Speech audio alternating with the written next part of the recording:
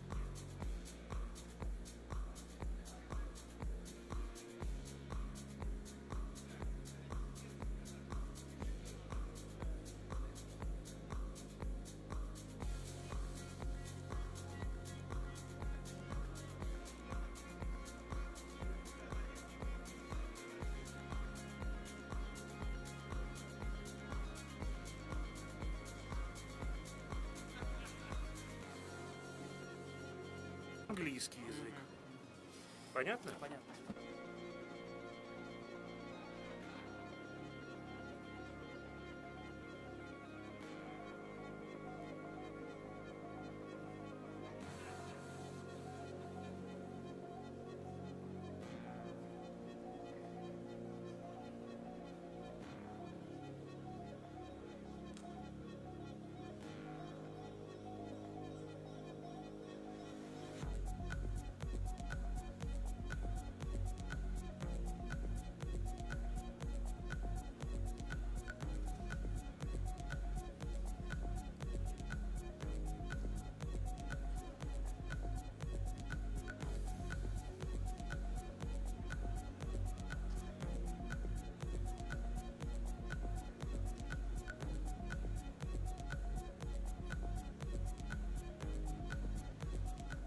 Уважаемые участники Петербургского международного экономического форума, просим вас занять свои места, отключить мобильные телефоны и вспышки фотокамер.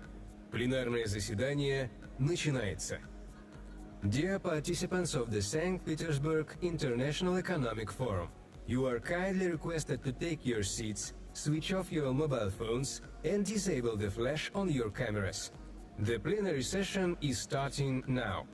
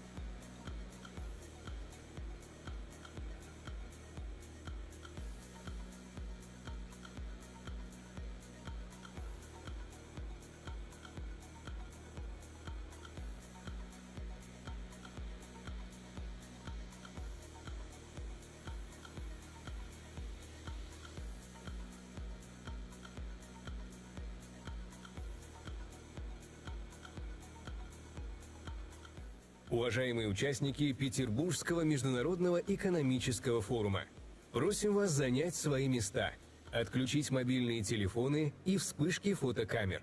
Пленарное заседание начинается. Dear participants of the St. Petersburg International Economic Forum, you are kindly requested to take your seats, switch off your mobile phones, and disable the flash on your cameras. The plenary session is starting now.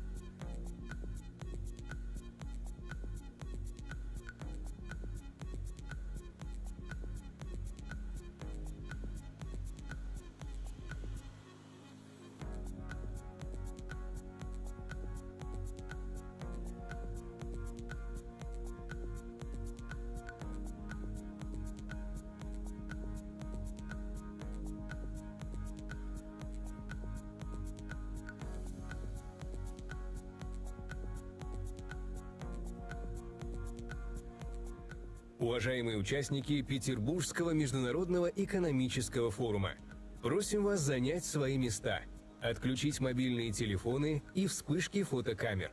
Пленарное заседание начинается.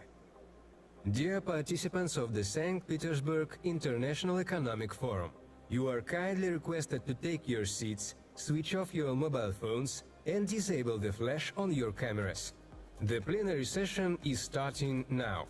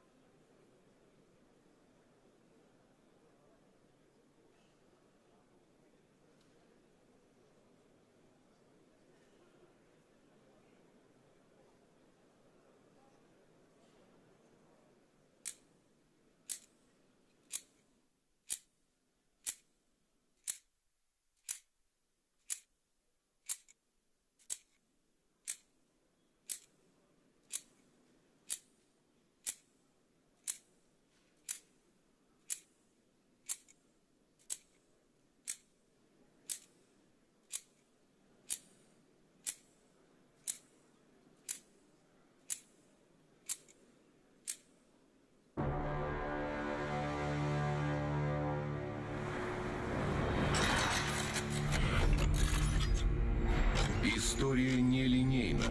History is non-linear. It knows moments when humanity stood in silence before a choice, war or peace, separation or cooperation, chaos or stability. 1780. America and Europe are undergoing turbulence. There's the war of independence going on in the US, but Russia changes the rules. Catherine the Great takes the declaration of armed neutrality to protect neutral navigation. For the first time in history, law prevails over arms, order over chaos. 1942, the world is facing a lethal threat. Two systems are in opposition, but pragmatism prevails. The USSR, the UK, China, the USA enter into an anti-Hitler coalition because serious challenges require union. 2015 Syria is on the brink of collapse. It seemed Libya and Iraq would be repeated here, but Russia proposes the Astana dialogue, bringing together at the negotiating table irreconcilable enemies. The threat of terrorism has been ended. Right now the world is entering the era of irreversible changes, fight for resources, conflict, opposition. The decisions made today will determine the fates of millions, but there is a power in the world that can put an end to destructive trends. A country which remembers the lessons of history and stands willing to cooperate for decades to come. And this power is Russia. This is the place where dialogue begins. This is also the guarantee that agreements will function. Pragmatic dialogue, path to stable future.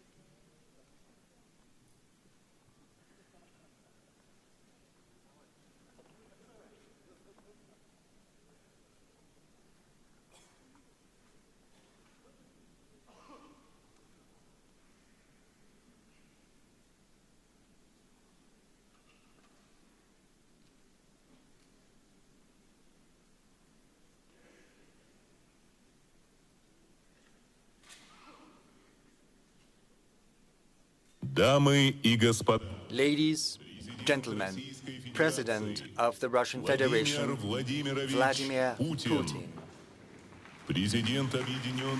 President of the United Republic of Tanzania, Samia Suluhu Hassan, President of the Republic of Uzbekistan, Shavkat Mirziyoyev,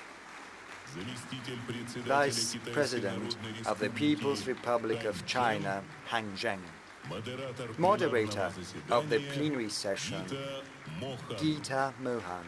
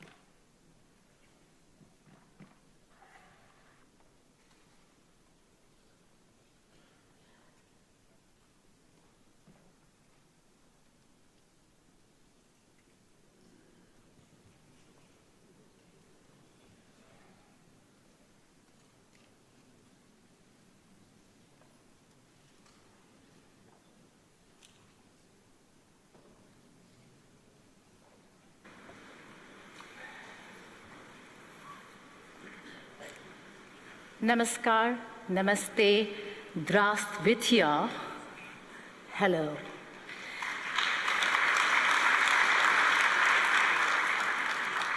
Excellencies, distinguished guests, and friends, it is a privilege to welcome you to this very important conversation at a time when the world is clearly standing at an inflection point. For decades, the global economic order was shaped by a few powerful capitals, a few dominant institutions, and a few accepted rules of engagement. But a new global economic order and architecture is emerging, one that is more diverse, more contested, of course, but also more representative. The countries on the stage reflect that shift. We have Russia, a major power at the center of today's geopolitical realignment. China, one of the world's largest economies and a defining force when it comes to AI, trade, and infrastructure. We also have Uzbekistan, representing the rise of Central Asia and as a region of energy, connectivity, and geostrategic opportunity. And then we have Tanzania, an important African voice led by one of the most significant women leaders of our time.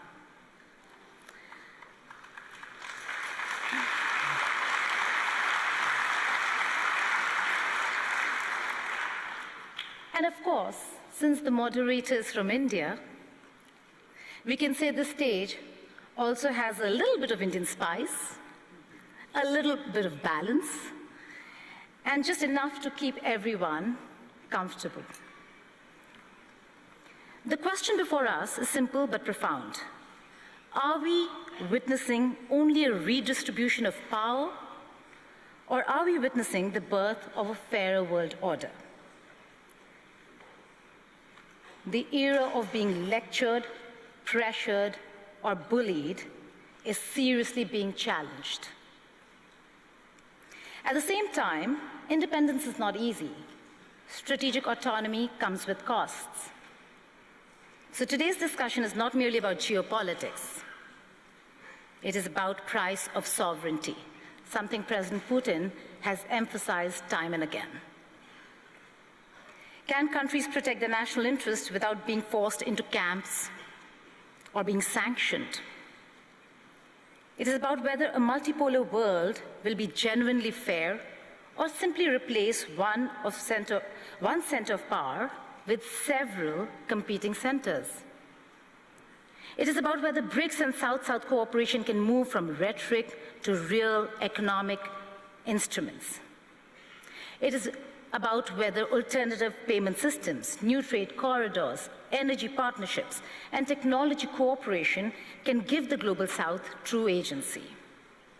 And it is about a new world order where countries no longer want to be spoken for, but want to speak for themselves.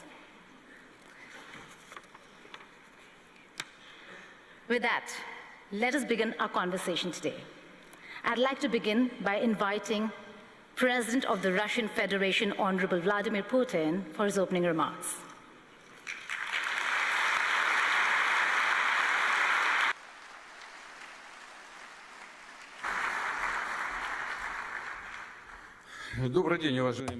Good afternoon, ladies, gentlemen, President Mirziyoyev, President Samia Suluhu Hassan, Vice President Han Zheng, ladies, gentlemen, it is an immense pleasure to see this august assembly, this room packed with people. President Mirziyoyev and I have just exchanged our views, and he said the room is packed, which is testimony to the interest caused by the St. Petersburg International Economic Forum. And I would like to welcome all the participants and guests here. Russia and St. Petersburg once again host leaders of companies, businessmen, experts this year from more than 130 countries with a view to building business contacts and creating new contacts. Our moderator has just given us a very high bar to which we should rise up, and I'm going to talk about. But before we came here, she said that the atmosphere is very good, and it was thanks to the organizers. So at the outset, I would like to thank the organizers of this forum, everyone who participated in the organization process. Thank you. The unique nature, the attractiveness of SPIEF consists in this possibility of a frank dialogue on issues that are of interest to entrepreneurs, to whole industries and whole countries, and we're always open to those who are interested in working with other countries, those who stand ready to engage in mutually beneficial cooperation on equal footing. This approach, which consists in listening to one another, understanding the interests of one another, arriving at common solution, that is what harmonious path of development is all about.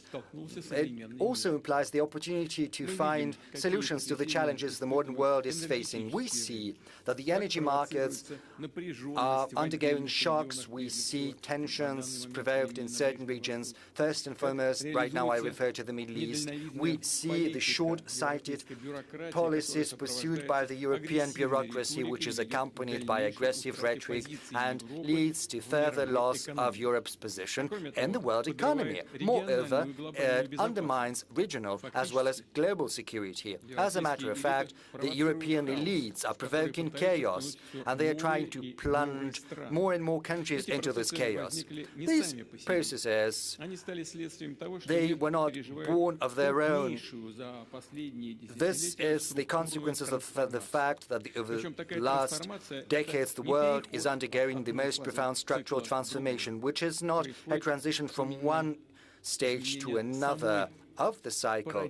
The very paradigm of global development is shifting.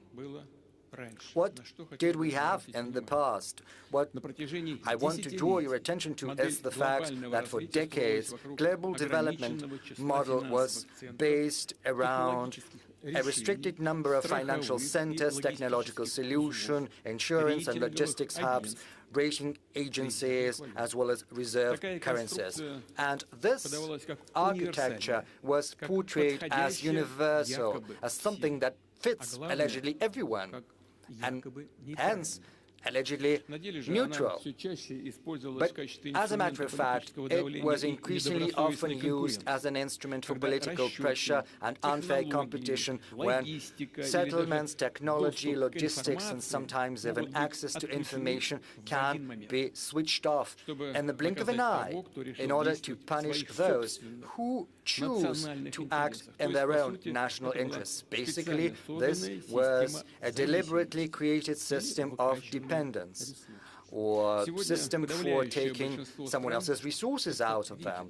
Right now, the overwhelming majority of countries see that, and this is something that is seen by entrepreneurs, banks, industrial companies, farmers, as well as transportation companies. They see that their investment plans to develop their business can face serious risks, that the external infrastructure they use can be turned against them. That is why countries begin to pursue their own technological solutions, building their own supply routes as well as institutions. Russia feels the full brunt of these changes. The pressure against our country remains, and yet the space for maneuver is growing. We see new partnerships, new financial and technological solutions. We're exploring more promising markets. Thus, Russia believes that the global changes are not just a threat. They also carry enormous opportunities, and to seize them, we're trying to act swiftly and pragmatically. I will reiterate, this current turbulence goes back to the fact that from a vertical hierarchical model which served the interests of a very small group of countries, the world is transitioning to a distributed, more comprehensive multipolar system. What am I referring to? The structure of growth is shifting in favor of new centers of development and the countries of the global south. Colleagues, you see that very well, and this is not a declaration.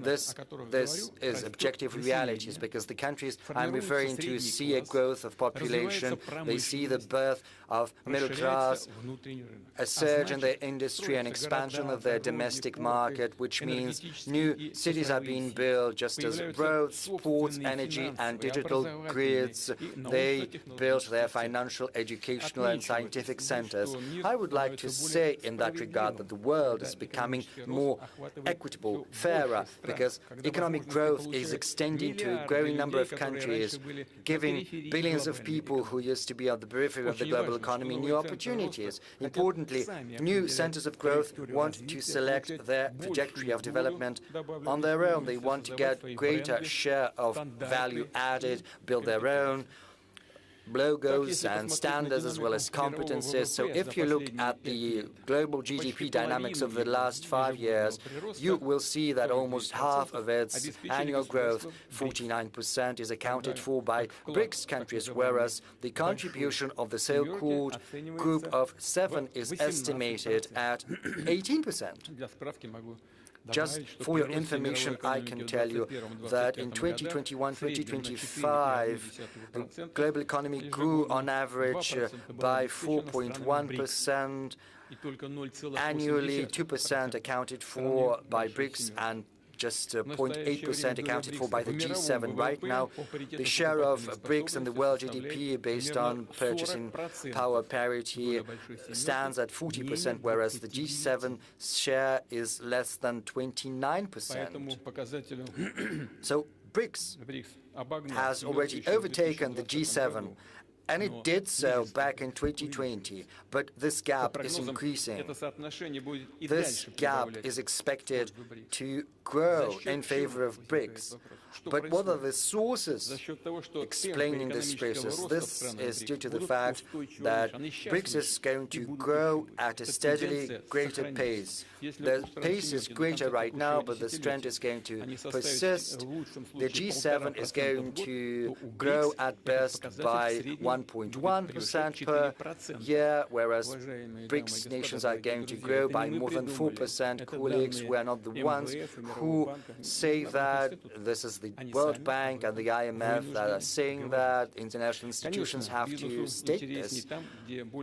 Of course, it is more interesting to go there where the development is more dynamic. There is a possibility for building your production and selling your products, and that is why the center of the global trade, as well as the financial system, is going to shift. It is already shifting, and this trend is going to persist. For many years, most flows of trade, capital, and information were going through a handful of Western infrastructure hubs. Even when a good was flowing from one Eurasian country to another Eurasian country, the settlements, logistics, insurance, arbitration were all based on the institutions of third countries, which generated additional costs and created political dependence. Right now, international trade is becoming increasingly efficient.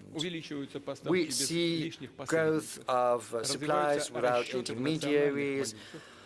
Settlements in national currencies are expanding, new corridors are being set up. In Eurasia, I refer to North-South corridor, Trans-Arctic transportation route, as well as links via the Caspian Sea, Central Asia, the Black Sea, and the Middle East. All of these projects and logistics routes are the emblem of modern development as well as future development. To cite an example and to show that the global trade system ceases to be centered around the West, I can say that over the last 25 years, BRICS' share in the world trade in goods has more than doubled. Last year, BRICS accounted for almost 25% of the world export, and this indicator continues to grow steadily, inexorably, just as intra-BRICS trade is growing, and it has exceeded $1 trillion per annum. A special role is taken on by the connected countries that are linking together markets, technologies, financial flows, and the culture of doing business. And I'm not just referring to simple transit, carrying goods over a certain territory. The most important thing is to ensure trust, logistics, settlements, legal clarity and technological compatibility. And this panel discussion is attended by the President of the Republic of Uzbekistan, whom I would like to welcome once again. I would like to thank you for being here with us on this panel. You are at the helm of the country, which is one of the centers of economic growth. Uzbekistan's population is growing rapidly. It is pursuing industrial plans, improving its agricultural as well as energy potential. Its domestic market is growing too. At the same time, Uzbekistan acts as an important link between Russia, Central Asia, South Asia, China, and the Middle East. When your individual development is harmoniously complemented by advantages of links to other centers of multipolar world, well, these examples are going to be increasingly numerous, and this fully applies to another guest of ours from Tanzania. Once again, welcome, Madam President. Tanzania plays a similar role in East Africa. There's another important trend I would like to point out. The global trade architecture is drifting away from its original principles of the World Trade Organization. Starting from the beginning of the 21st century, the number of bilateral, regional, as well as mega-regional trade arrangements has more than quadrupled. Why is this happening? The erosion of the World Trade Organization was set off by the very authors of these organizations, the Western nations to be more precise. When it benefited them, they promoted the WTO, they invited other countries to join, but once the West started to lose in this competition, universal common rules for the trade introduced by the WTO lost their interests to them. They became more of a burden, and that is when they turned to unilateral restrictions and so-called sanctions, and thus the Western countries basically switched off the WTO mechanisms, undermining trust in them. And once there is no trust, the institution can no longer function properly, and that means the businesses, the countries will have to find another solution, and they are doing that in the form of bilateral as well as multilateral trade arrangements. I said that before, sanctions and basically the theft of Russia's international reserves has had an irreversible effect on the positions of the world currencies, namely the US dollar and euro. This is an evident fact we have to recognize. Right now, all countries without exception, and I would like to underscore that, just as Russia can instantaneously lose access to their legitimate assets denominated in USD or euro, they can also lose access to the Western financial and payment infrastructure. You and we understand that this is all about unfair competition. There can be different pretexts to start that, and they will always find something. In our case, this is the conflict in Ukraine. This can also be the conflict in the Middle East, conflicts in Africa, or the attitude towards the LGBT community. You can find fault with anything, but the basic rationale is basically unfair competition. Another thing that undermines trust in the West is the deplorable state of their public finance. I refer to high public debt and high budget deficit. The Eurozone public debt rose to 81.7% of the GDP in 2025. The worst indicators, well, they are in Greece 146, Italy 137, France 115, Belgium 108%, whereas in Russia it's 16.4% only of the GDP. Well, it's floating a little bit. Yesterday I spoke about that, meeting the heads of information agencies, news agencies. Some experts say it's 15.8, but you know, the figures are incomparable. The deficit of the Euro budget in 2021 stands at 3.1% of the GDP. Poland has a maximum deficit of 7.3%. Belgium has a deficit of 5.2%. France, the deficit of 5.1%. The US has 5.9%, whereas in Russia the budget deficit is 2.6%. Maybe by the end of the year it will have risen a little bit, but still it will be inferior to the budget deficit in other advanced economies. This situation is fraught with the possibility of a surge of inflation, which happened back in 2021, 2022, when just in 2 years the prices in the Eurozone and the US grew by 14%, and that means that countries of the world are decreasing their assets. In the West, they are transitioning to payments in national currencies. They are making wider use of alternative payment systems, increasing the role of digital financial assets as well as the digital currencies of their central banks. Russia is mostly using national currencies in its trade contacts with our leading partners. The share of ruble in our exports stands at 65% or so almost 2/3. I would like to underscore that the world needs a modern, agile and responsible financial architecture without any risks of restrictions or barriers, rather with incentives for sovereign development. These instruments have to decrease costs, speed up settlements, increase access to funding.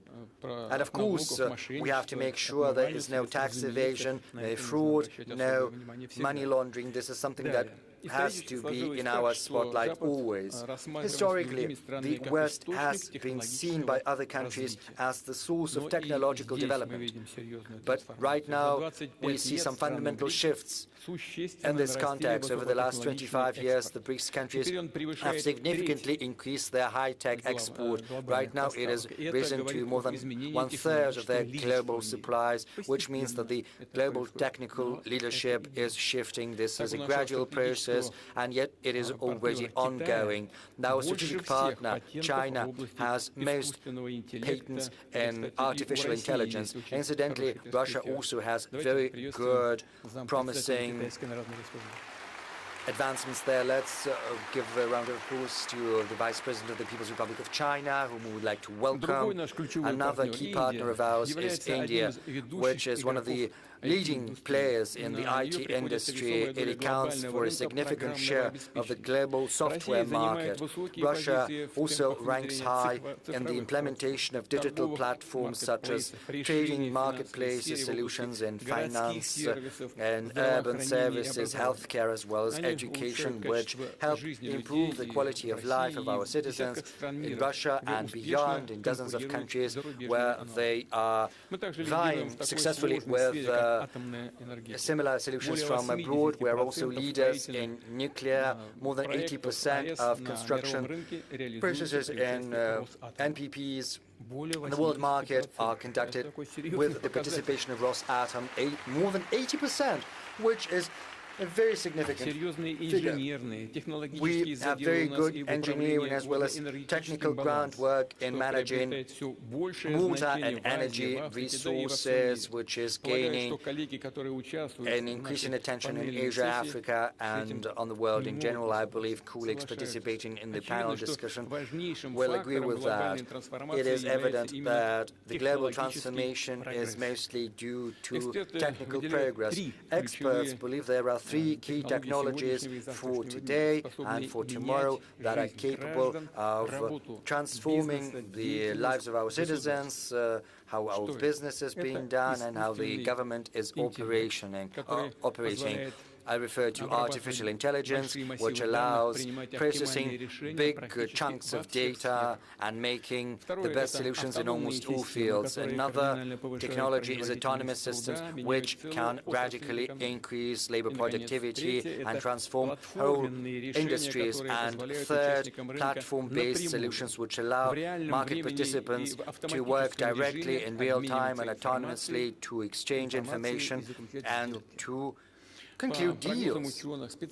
Experts and scientists believe that the countries and groups of countries that have their own set of technologies in AI, autonomous systems, and digital platforms will become centers of sovereignty in a multipolar world. Moreover, without these technologies, real sovereignty is going to be unachievable. I would like to underscore the technological base is of paramount importance to countries with big population, vast territories, and unique cultures. These countries can't act as simply consumers of solutions offered by someone else. Otherwise, they risk becoming subject to foreign control via foreign platforms. And the question is how these platforms are going to be used. So big countries, two civilizations, are facing a historical choice. Either they come up with their own platforms and technological systems, or they are relegated to the digital periphery. And one should not be laboring under any delusion. First, foreign services can be very convenient, but then sooner or later you will see what the price of this dependence is gonna be. Russia has learned its lesson. We saw that certain suppliers of software left the market. We saw payments blocked. We saw how politics interferes within commercial relations. That is why we're going to strengthen our critical infrastructure, and we will only cooperate and interact with those partners that honor mutual reciprocal obligations and commitments. We have this experience with the People's Republic of China for many years. China is Russia's strategic partner, a genuine one. Our economic cooperation covers almost all fields, from high-tech to transport to mechanical engineering to energy. Distinguished friends, as I said, the global leadership in the world economic ties is conditional on whether the country can ensure its own sovereignty. I wouldn't be exaggerating if I say that this race for sovereignty has started, has kicked off, and it's gaining traction. We're not just talking about the capability to oppose external pressure and defend national interests. This is about the quality of the government, the economy, and society. Sovereignty implies being smarter and being stronger. That means being able to better manage your resources, to better invest, including in your technical development. I will highlight that genuine sovereignty requires efficiency. We can't say that we are sovereign, and that is why we can afford to be expensive, slow, and inconvenient. Quite the contrary. In each and every field, we have to act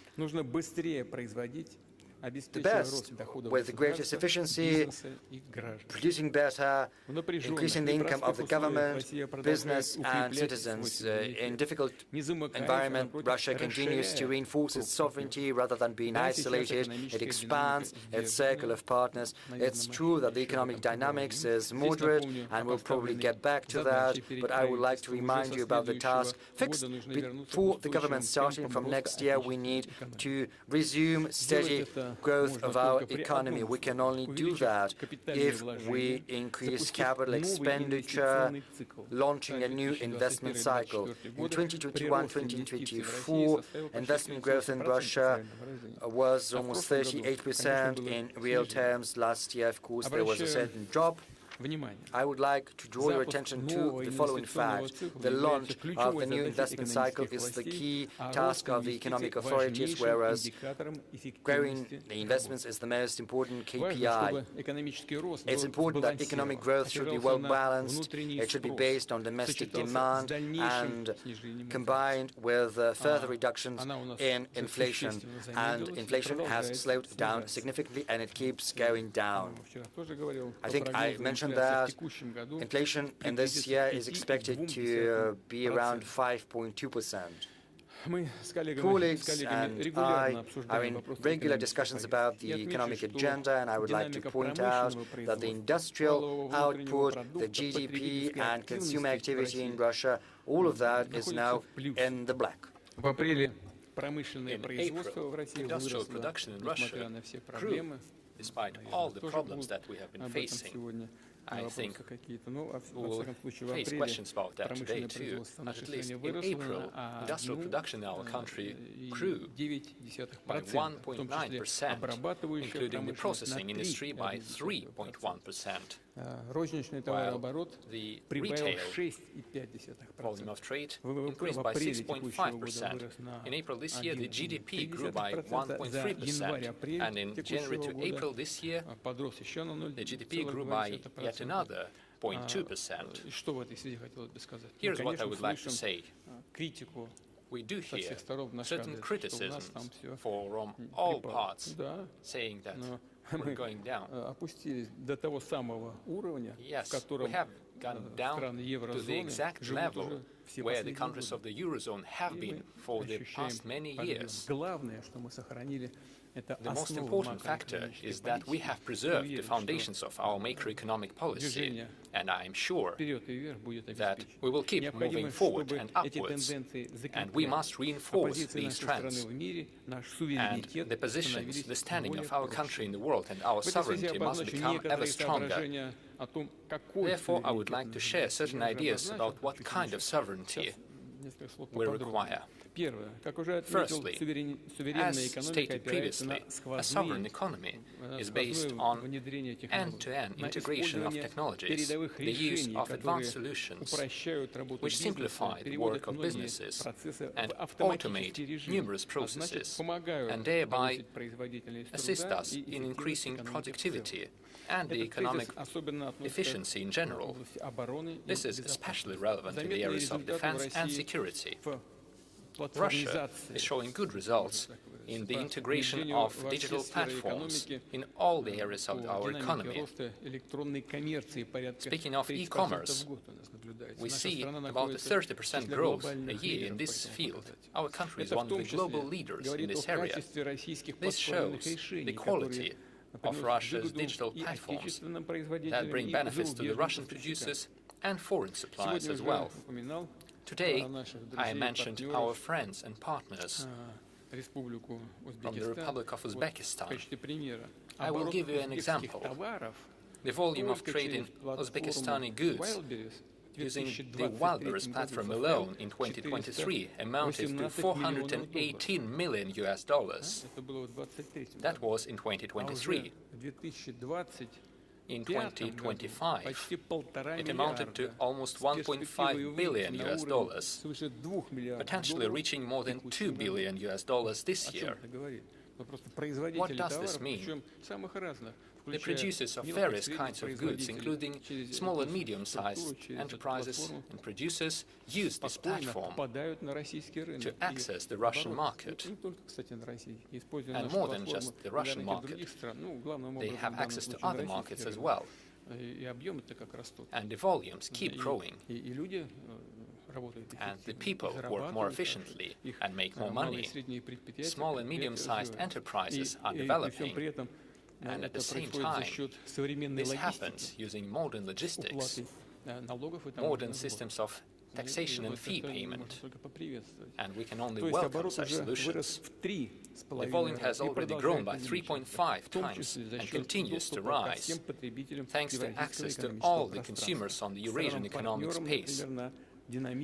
and access to the partner countries, for example, in the dynamic African continent. This is also what we see using our platforms. Today, this Russian platform opens opportunities for businesses to reach more than 500 million potential customers across the world, and the numbers keep growing. Therefore, Russian digital platforms become a true driver for developing our partners' economies. The introduction of platforms in Russia involves trade, transportation, finance, logistics, tourism, as well as healthcare, education, media, and other spheres. We must build up work in this area and continue integrating digital platforms using artificial intelligence and autonomous systems. We have adopted a national AI development strategy. I will ask the government to prepare similar national strategies for the development of autonomous systems and digital platforms. At the Future Technologies Forum, which will take place in the beginning of next year, I suggest discussing the development of ecosystems of digital platforms in the economy. I will ask the relevant interministerial work group under the presidential administration to support the preparation for this forum. The second point I would like to make. Today and in the future, the sovereignty of the country is defined by people, their knowledge, their professionalism, their capacity of learning new technologies, creating new advanced goods, services, and entire niches in the market. These professional skills must be well paid. Only in case we ensure high quality of living and high salaries, our country shall be competitive and successful from the demographic standpoint. With our strong professionals who are ensured of their professional future and their careers, Russia has one of the lowest unemployment rates among all the industrially developed countries. It currently stands at about 2.2% of the economically active population. This is a very good figure compared to other developed states. To compare, I could say that Japan is close to us with 2.5% unemployment rate, India with 4.2%, the United States at 4.2%, and the Eurozone at 5.9% of unemployment.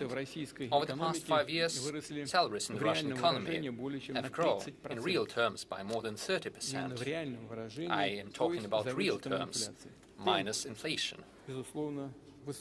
The rates are definitely high. Let me underline that further stable growth of salaries shall be linked primarily with increased productivity, as well as efficient organization of production based on modern technological solutions and our strong school of engineering.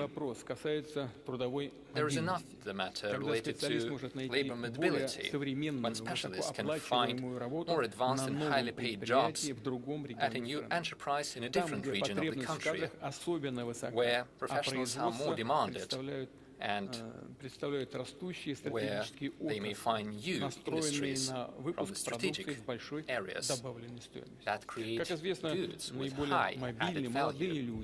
We know that young people are the most mobile ones, those who have just graduated or are about to graduate from universities and schools. In order to ensure their professional start in the career, we agreed to legalize and create a legal framework for internships, defining the obligations of the employers and labor guarantees for the employees. We also agreed to modernize the student contract and to adapt it to modern conditions. I know that amendments to the labor code have been prepared.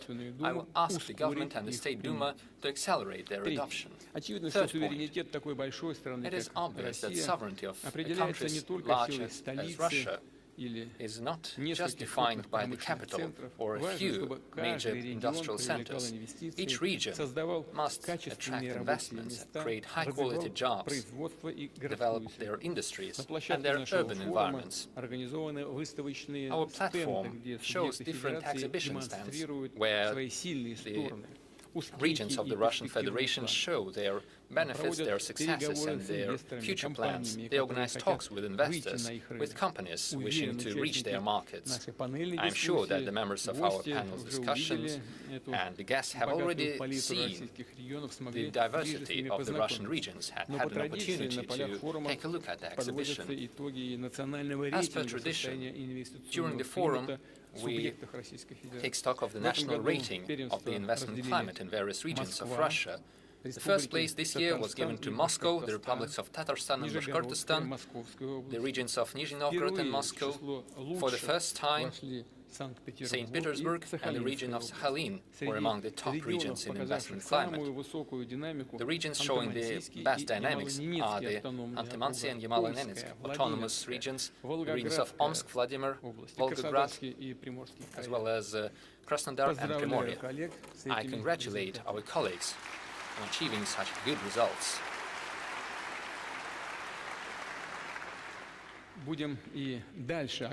We shall continue providing the necessary financial support to the regions, including using the infrastructural budget loans. Over the past 4 years, this tool has been used to allocate over 1 trillion rubles to the regions. Up to 2030, we're expecting to send another 750 billion rubles. At the same time, we cancelled the debts of the regions on budgetary loans. Over the past 2 years, this amounted to almost 440 billion rubles, and this year we will postpone the payment of such debts by over 100 billion rubles. The regions may allocate these funds for development projects. Let me add that starting this year, the national rating of the investment climate takes into account another area. I am talking about the reduction of the investment construction cycle on the cultural heritage side. Old houses, mansions, buildings. The priority is to repair them, to renovate them, make them available for visits by the citizens. This is especially relevant for the cities of central Russia, for our tourist points of attraction, including those on the world-renowned route of the Golden Ring. Let me take note of successful work on cultural heritage sites in the regions of Yaroslavl, Nizhny Novgorod, Lipetsk and Novgorod, as well as the Republic of Tatarstan. I hope that other regions will follow their example.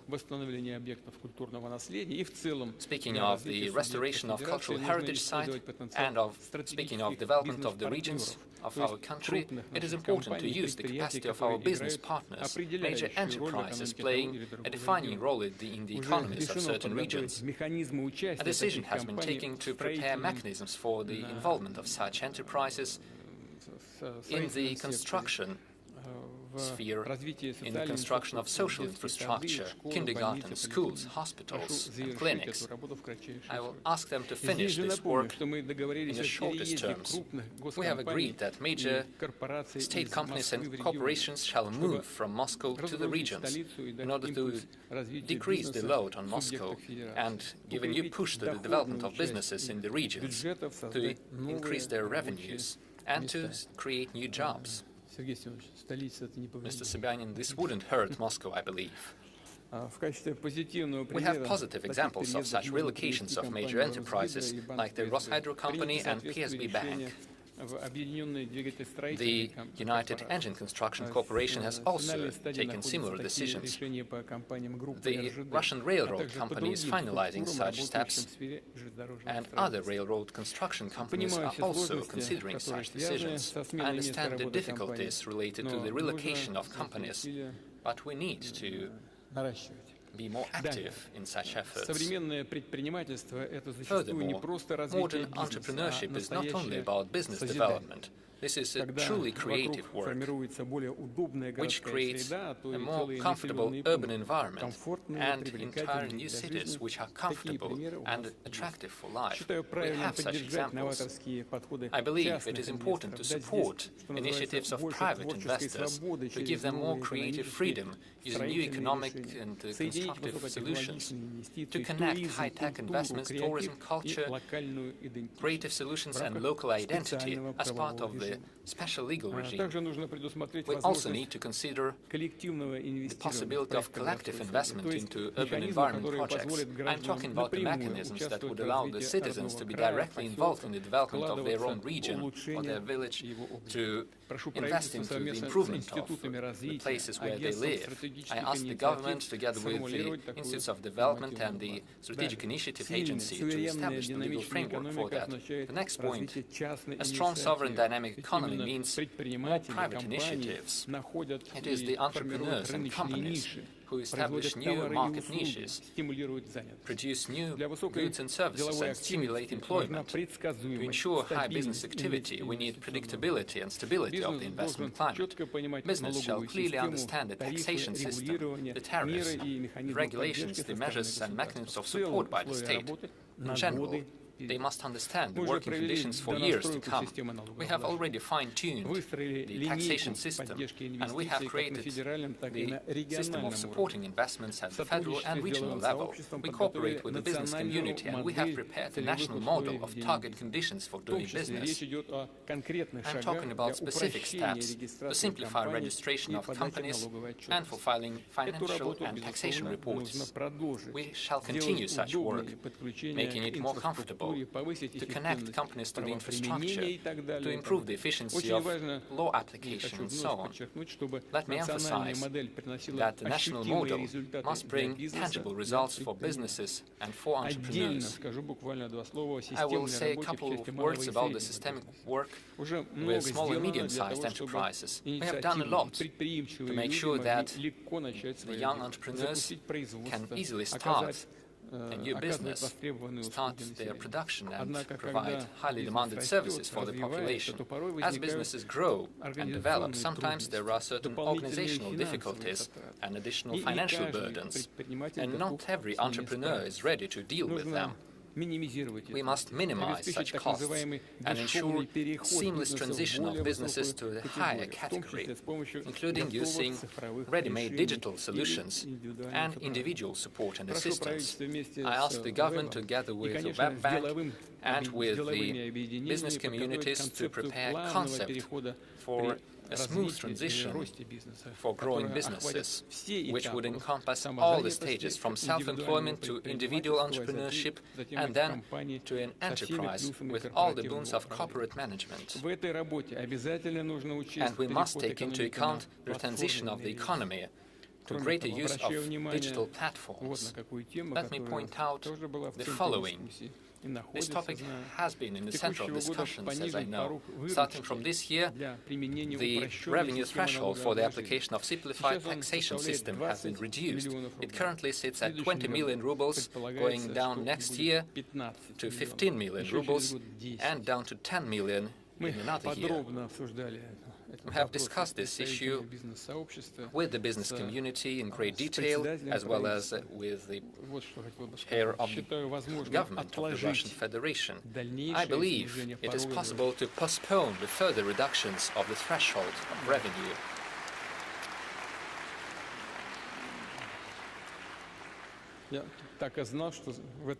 I knew that there would be a vivid reaction to these words from the audience.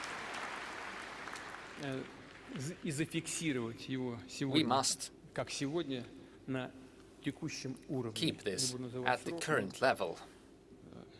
I will not give the specific timelines, but the further the better.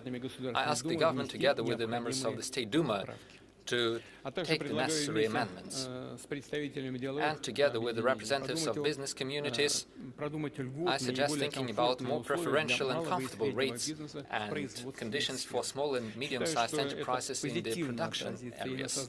I think this would have a positive effect on establishing a more fair and competitive business environment.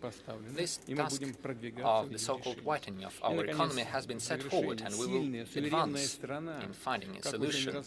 And the next point, a strong and sovereign country cannot be closed off or isolated. Life has proven that we must produce critically important produce and goods. We must reinforce the infrastructure that has the highest importance for state security, for entrepreneurs, and for improving the quality of life. At the same time, we must build up links with our foreign partners, establish cooperation, advance transborder projects. We shall continue carrying out our plans to expand our automobile roads and railroads. Using Russian technologies, we shall develop the network of high-speed railroads. We already have the pilot project, the Moscow-St. Petersburg Railroad. We shall also expand the capacity of seaports and the Trans-Arctic Transportation Corridor as a global artery. We shall develop Russian trade and icebreaking fleet, build tankers and other vessels of different classes. Our goal is to become one of the top 10 countries in the deadweight of our trade fleet. I ask the government, the transportation ministry to continue working to increase the attractiveness of our national trade flag. Our own logistical and industrial, technological and financial resources and a predictable environment for businesses and professional development are great competitive advantages in the global market. These are the preconditions for successful work with the countries and the investors interested in cooperation and partnership, with those who want to build up mutually beneficial alliances with us, those who want to invest into Russia, into joint businesses, and invite our Russian companies for cooperation. I am sure that the organization of events such as the St. Petersburg Economic Forum shall make a great contribution into this major and very important work, allowing all of us to achieve new success, to ensure the flourishing of our countries and people. Thank you for your attention.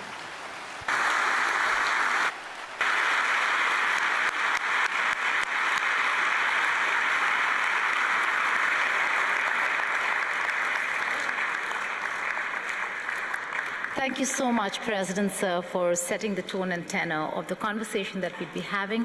But before we go further, let me invite the President of the Republic of Uzbekistan, Honorable Shavkat Mirziyoyev. Thank you so much, sir. Please.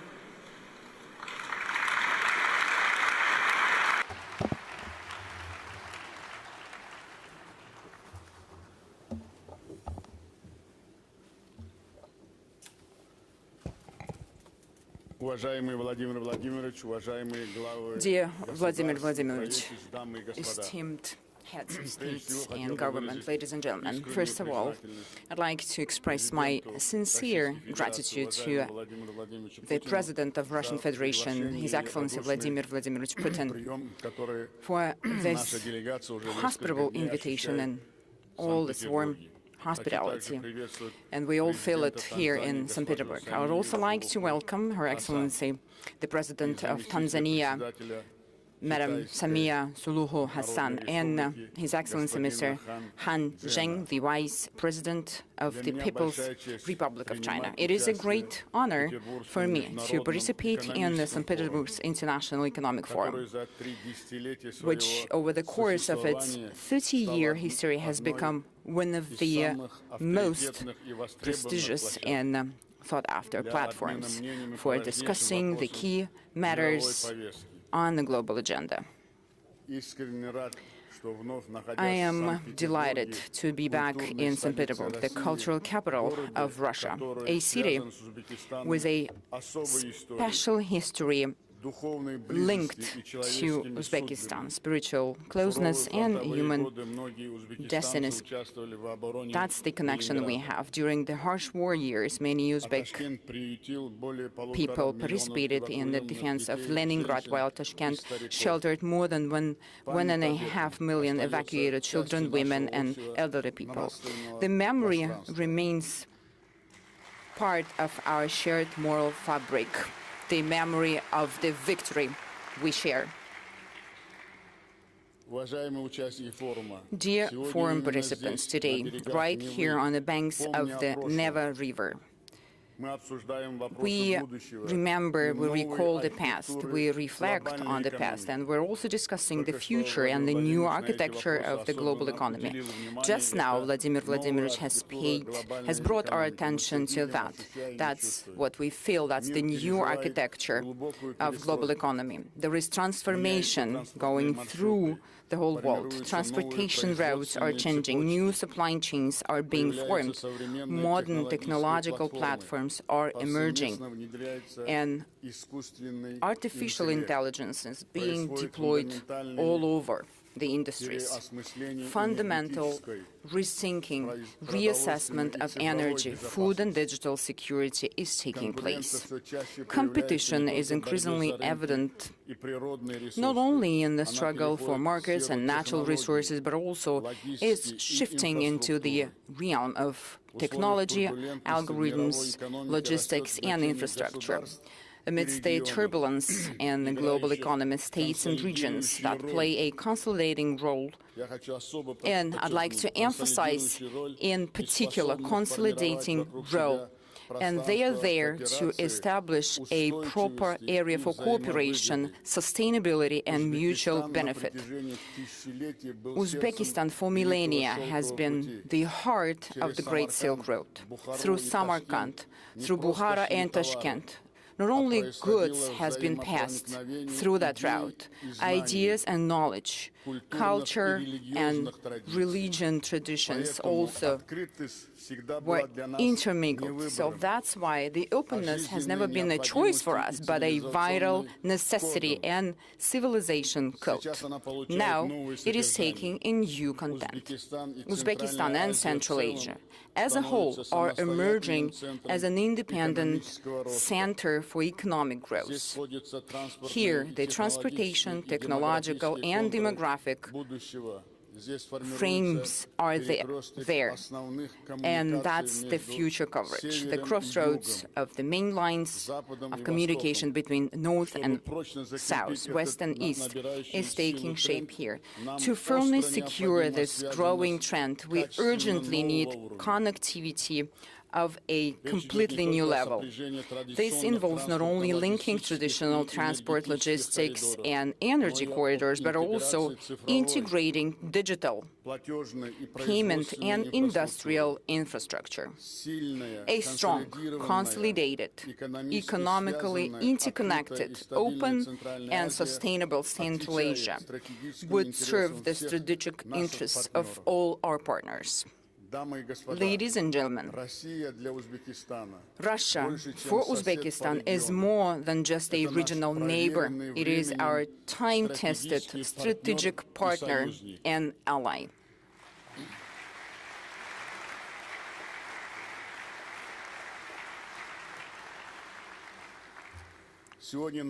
Today, our relations have entered a new era. Our cooperation has become multi-level, multifaceted. We've progressed from just simple trade in goods and commodities to complex industrial chains, technological alliances, joint engineering, and localized production.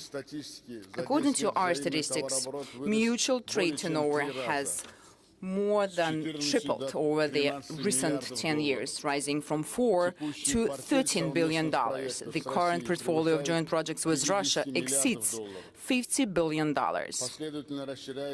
Trade and economic cooperation between the regions of our two countries is steadily expanding. Our main partners are involved completely, Moscow and St. Petersburg. The Moscow and Leningrad regions, Tatarstan and Bashkortostan, the Krasnoyarsk and Perm Krai, and those are actively involved in the processes, which are also representing other Russian regions. The value of the interregional projects that they are implementing amount $5 billion with an additional investment package of $5 billion in the pipeline. The cooperation encompasses all key industries, including energy, chemicals, and petrochemicals, mechanical engineering, agriculture, logistics, textile, food industry, and many other sectors. Among these, the joint industrial park in 5 regions of the Republic of Uzbekistan. And that gives strong results for our joint efforts. So the establishment of rail car manufacturing cluster in Tashkent deserves special attention. I'd also like to focus on the energy sector. Through investment projects, including those involving Russian partners, we've increased our electricity production by 1.5 times, from 58 up to 87 billion kilowatt hours. We plan on increasing generation up to 120 billion kilowatts by 2030, 54% of which will come from renewable energy sources. Our capacity will also be enhanced with the commissioning of the first hybrid nuclear power plant in Uzbekistan, with the great involvement of Russian Federation. Well, yesterday you were witnessing, we participated together with His Excellency Mr. Vladimir Putin. We've attended the first concrete pouring ceremony for the construction of the first nuclear power plant. For us, it's a long-term development project. We also develop our new School of Engineering. We adopt advanced technologies. We also intend to collaborate in other areas of the peaceful use of atomic energy, such as medicine, agriculture, industry, and science. Dear friends, under current conditions and circumstances, technological and industrial cooperation between Uzbekistan and Russia should not be confined to bilateral level only. We are focusing on broader areas of cooperation, spanning industrial potential, resources, markets, and expertise. Therefore, we are initiating the formation of a Eurasian technological industrialization belt. This is an interconnected system of industrial and technological clusters united by a single digital platform for industrial cooperation. We're talking about creating full-cycle chains, from technology development and personnel training to the localization of industrial manufacturing and entering into foreign markets. We propose implementing this initiative on the basis of the already proven platform Innoprom Central Asia. And I'd like to emphasize here that within this period of time, within these years, we were able to gain great experience of joint efforts. It is held annually in Tashkent. This approach will enable businesses to find partners directly and establish mutually beneficial relationships. Ladies and gentlemen, well, indeed, digitalization is a promising area of cooperation. There is no doubt in that, as it is becoming a new language of economy. While infrastructure used to mean roads, pipelines, and power lines, today it primarily entails digital platforms. They form an entire ecosystem comprising jobs, logistics, payment services, and new export opportunities. Uzbek businesses are actively developing digital solutions and are open to technological partnership with a wide range of countries. For instance, our sales volume has increased 3.5 times over the last few years through Russian marketplaces, and Mr. Putin has mentioned that as well in his welcoming remarks in his address, and I'd like to emphasize that as well. And digital services reaching over $1.5 billion, that's quite a strong result, I think, and it's a great perspective for our future cooperation. To deepen our cooperation, we propose creating a joint digital ecosystem. This could initially include aligning regulations for digital trade and urban services, further promoting Uzbek and Russian brands on mutual platforms, establishing a unified digital employment profile, and developing selling artificial intelligence-based products. This will open up new markets for businesses and will provide our nationals, our citizens, with additional income opportunities. At the same time, in the pursuit of digitalization, it is important to keep in mind that ultimately the individual human being is at the core of all transformations. Today, Uzbekistan is one of the youngest countries in the world, with more than half of its population being young people. That's not just a statistics. It is the source, the energy for development. It sparks new demand. It is our future.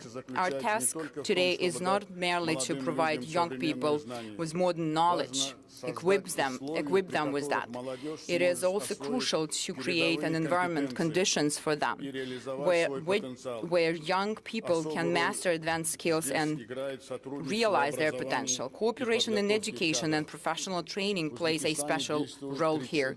Uzbekistan is home to 32 branches of foreign universities. I'd like to repeat this figure. It is important. Together with Vladimir Vladimirovich, we worked together, and there was great support on behalf of Mr. Putin. Out of 32 branches of foreign universities, 15 are from Russian Federation. That's the largest network of Russian universities abroad.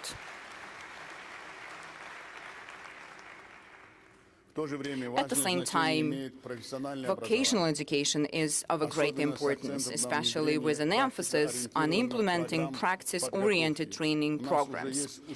We already have some successful examples, such as launching of the first joint engineering schools in Almalyk and Tashkent. Online learning services could be an efficient mechanism for cooperation in this area, as they would enable young people, even in the most remote regions, to acquire the necessary knowledge. That would fundamentally change the labor mobility model and elevate its organization to a qualitatively new level. So in that regard, we propose creating a joint online platform for human capital development. The platform will link education, professional training, and the labor market. The system could integrate educational programs, language and IT courses, support for young entrepreneurs, and access to employers. For the youth, it will be a clear pathway into new economy. For businesses, it will be a great access to a pool of trained specialists. For universities and colleges, well, they will benefit from connection to real market demand. For Uzbekistan and Russia, it represents a long-term, and that's the most important thing, investment in our most valuable asset, our people. And if Vladimir Vladimirovich would support me on that, we will task our respective ministries to launch such a platform without any delay. Vladimir Vladimirovich, can we do that?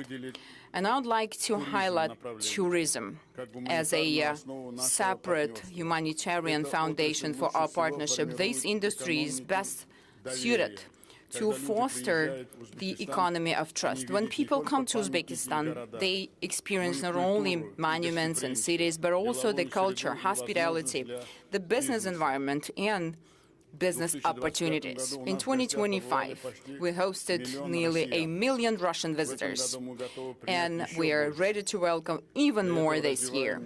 To this end, we are developing our tourism infrastructures, and not only that, but also creative economy. By 2030, creative economy will account for 5% of our GDP. Thereby, it will become one of the key drivers of economic growth. In order to strengthen cultural and humanitarian dimension of our cooperation, we propose launching the project named From Samarkand to St. Petersburg, and that will be Creative Tourism Corridor.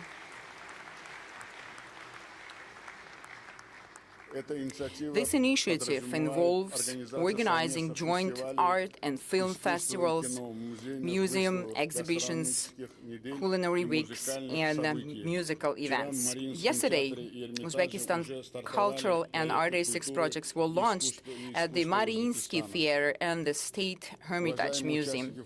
Dear participants of the forum, the year 2026 holds special significance for our country. We are approaching a landmark milestone in our systemic reforms. A decade ago, we embarked on the construction of a new Uzbekistan based on openness, inclusivity and pragmatism. Over these years, we've established a strong foundation for long-term growth, including a favorable business environment, a stable industrial base, and new infrastructure. Our economy has grown. In 2016, our economy was only $50 billion. Now, within this period of time, up to the end of 2025, it has increased up to $147 billion. And we forecast growth of over 8% this year. During the period of reforms, we've attracted more than $150 billion in foreign investment and launched thousands of modern enterprises. Export of commodities and services have almost tripled. Even right now, amid global instability, Uzbekistan continues to demonstrate sustained growth. Our economy is becoming more diversified. The domestic market is expanding, and the demand is growing for modern technologies, infrastructure, and high-quality jobs. One of Uzbekistan's key strengths is its young, vibrant, and rapidly growing population. This provides a long-term foundation for the development of entrepreneurship, technology, services, and industry. However, demographics alone do not guarantee success. This potential must be transformed into a powerful and intellectual resource, manifesting as competencies, productivity, and the capacity to create high value-added products and technologies. Since the beginning of our reforms, we've been committed to integrating market efficiency and social responsibility. This is the defining feature of the Uzbek model of economic development. The growth must be not only just rapid, it must also be sustainable, inclusive, and focused on improving people's quality of life. Over the last 5 years alone, the populational aggregate income has increased 2.5 times fold. Our main criteria are the high quality of life, human dignity, and unlocking the potential of every human being, every individual. The Uzbekistan 2030 development strategy is designed to achieve this very goal. Our aim is to raise the population's income to above average levels by this date. Transition of all sectors to a technological and innovative growth model, and increase the size of the economy by another 1.5 times to over $240 billion. Dear foreign participants, we are consistently creating all necessary conditions for global investments here in Uzbekistan. We are establishing a favorable business climate, improving market institutions, and increasing the level of competition and production potential. We invite present here investors to create new industrial value chains with the high value-added values. Our priorities are the deep localization of competences, production, and R&D, as well as the development of modern engineering and new export avenues. This is particularly important in the sectors where the new economy is taking shape today: industrial processing, agri-tech, biochemistry, robotics, digital solutions, artificial intelligence, and infrastructure projects. We see great potential for cooperation through public-private partnerships in the various sectors, including energy, aviation, education, and geology, and many other areas. We offer interested partners not only the access to growing domestic market, but also the access to neighboring countries and regions. Dear friends, Uzbekistan is a reliable and predictable country for the global business community. The trend of our economy towards the highest level of openness is objectively confirmed by leading rating agencies. This year alone, our country has risen another 14 places in the index of economic freedom. In recent years, we've placed $16 billion worth of sovereign and corporate bonds on international markets. Last month, the London Stock Exchange hosted the initial public offering of shares of the National Investment Fund of Uzbekistan that consolidates the assets of our major state-owned companies. In order to further develop the capital market and create a sustainable financial and investment platform that operates according to the best standards, we've started to set up the Tashkent International Financial Center. This center's special legal and tax regime will provide investors with convenient tools and reliable guarantees for conducting business. Taking this opportunity, I would like to invite all of you to the Tashkent International Investment Forum, which will be held on June 16 through June 18, and that will provide an opportunity to gain first-hand experience of the opportunities and prospects of new Uzbekistan. Ladies and gentlemen, the theme of this year's forum, the motto of that, is quite symbolic. It's pragmatic dialogue, the path to a stable future. Indeed, open and respectful dialogue has become the main prerequisite for sustainable development today. The new opportunities arise where there is trust, a willingness to cooperate, and a commitment to finding solutions together. The partnership between Uzbekistan and Russia is a prime example of this kind of interaction. I'd like to once again express my deepest gratitude to His Excellency Mr. Vladimir Vladimirovich Putin, the President of the Russian Federation, for the invitation to this major international forum and the opportunity to present the development priorities of New Uzbekistan. In conclusion, I wish all the participants productive work and meaningful exchange of views. Thank you for your attention. Ladies and gentlemen, that's the President of the Republic of Uzbekistan. I'd now like to invite the President of the United Republic of Tanzania, Honorable Samia Suluhu Hassan. Madam President, the floor is yours.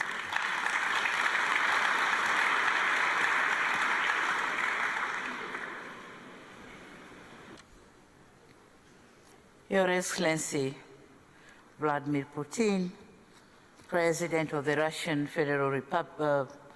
Federation, and our gracious host, Your Excellency Shavkat Mirziyoyev, President of the Republic of Uzbekistan, Your Excellency Han Zheng, Vice President of the People's Republic of China, honorable ministers and heads of delegations, distinguished captains of the industry, scholars and friends of Africa, ladies and gentlemen.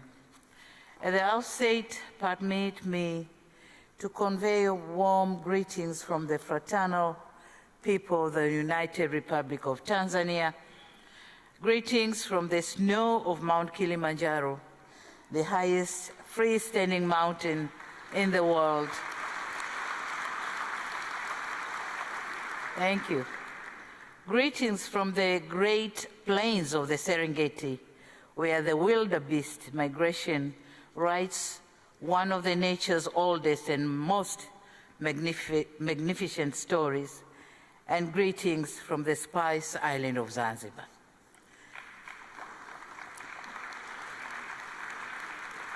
It is a profound honor to stand before you before this distinguished plenary, a stage that for over 29 editions have become one of the world's most significant platforms for candid economic conversations. I sincerely reiterate my profound appreciation to our host, His Excellency President Putin, and the people of the Russian Federation for the warm hospitality extended to me and my delegation since our arrival in this magnificent country. Excellencies, as you may be aware, Tanzania and Russia share a long-standing partnership that spanned more than 6 decades. In December this year, our two countries will commemorate 65 years of diplomatic relations. Certainly, we do not take this milestone for granted. We treat it as an enduring testament of strong commitment to a mutually beneficial partnership that seeks to uplift the lives of our people. Excellencies, Tanzania is one of the fastest growing economies in Africa. Our economic growth currently stands at 6% and projected to expand to 6.3% by the end of this year. The goal is to attain an upper middle income economy status with a per capita income of around 7,000 United States dollar, in line with the Tanzania Vision 2050. In order to achieve this goal, we are building 3 pillars at once. We are prioritizing construction of transport infrastructure, including the Standard Gauge Railway, with plans to connect the Dar es Salaam port to the land-linked countries of Rwanda, Burundi, and the Eastern Democratic Republic of Congo. On the same note, the 5-year development plan, 2026-2031, outlines plan to extend the railway networks connecting Tanga port at the north of Tanzania to Musoma port in the Lake Victoria, and this is to facilitate transportation facilities in Lake Victoria to the neighboring countries. The Southern Corridor Railway, which is going to connect Tanzania to Malawi and Mozambique, is another railway project. We have successfully completed the construction of the Julius Nyerere hydropower project, which has added more than 2,000 megawatts to our national grids, planned to generate 8,000 megawatts by 2030 and 70,000 megawatts by 2050 are underway. On the other hand, we joined hands with Uganda in implementing the East African oil pipeline that will transport crude oil through our territories to global markets. Similarly, we are expanding the soft infrastructure by increasing the broadband coverage to more than 95%, also building of more data centers and extending cross-border fiber as part of our national ICT broadband project. This project stretches beyond our borders and connects to the neighboring countries of Kenya, Uganda, Rwanda, Burundi, Zambia, Mozambique, and Malawi, positioning Tanzania as a regional digital hub for land-linked countries. Excellencies, allow me now to narrate a thought that I believe deserves a place in this forum. By 2050, 1 in 4 human beings in this planet will be African. Africa will be the only continent on Earth still adding workers to the global labor force on a large scale. Africa will host 9 of the world's 20 fastest growing economies. Africa's middle class will exceed 1 billion people, and the African Continental Free Trade Area, when fully operational, will constitute the largest single market in the world by population. This is not just a forecast, but an arithmetic. Africa is destined to grow. The question, however, is on what terms, with which partners, and whose model of growth. Africa somehow has chartered, Africa somehow has chartered its own development model. It is clearly articulated in the African Union's Agenda 2063, operationalized through the African Continental Free Trade Area, the Programme for Infrastructure Development in Africa, and the development plans in our regional blocs. To date, talking of our bilateral relation between Tanzania and Russia, to date, relations between our investment authorities, the Russia's Congress, and the Tanzania Investment Authority have been formalized through signing a memorandum of understanding which will open a new bridge of business to Tanzania. Concrete steps have been taken to review our laws and regulations for purposes of creating favorable investment environment and henceforth attracting more capital investment. In 2025, we created a one-stop center for all investors coming to Tanzania. New companies can now register online within 24 hours.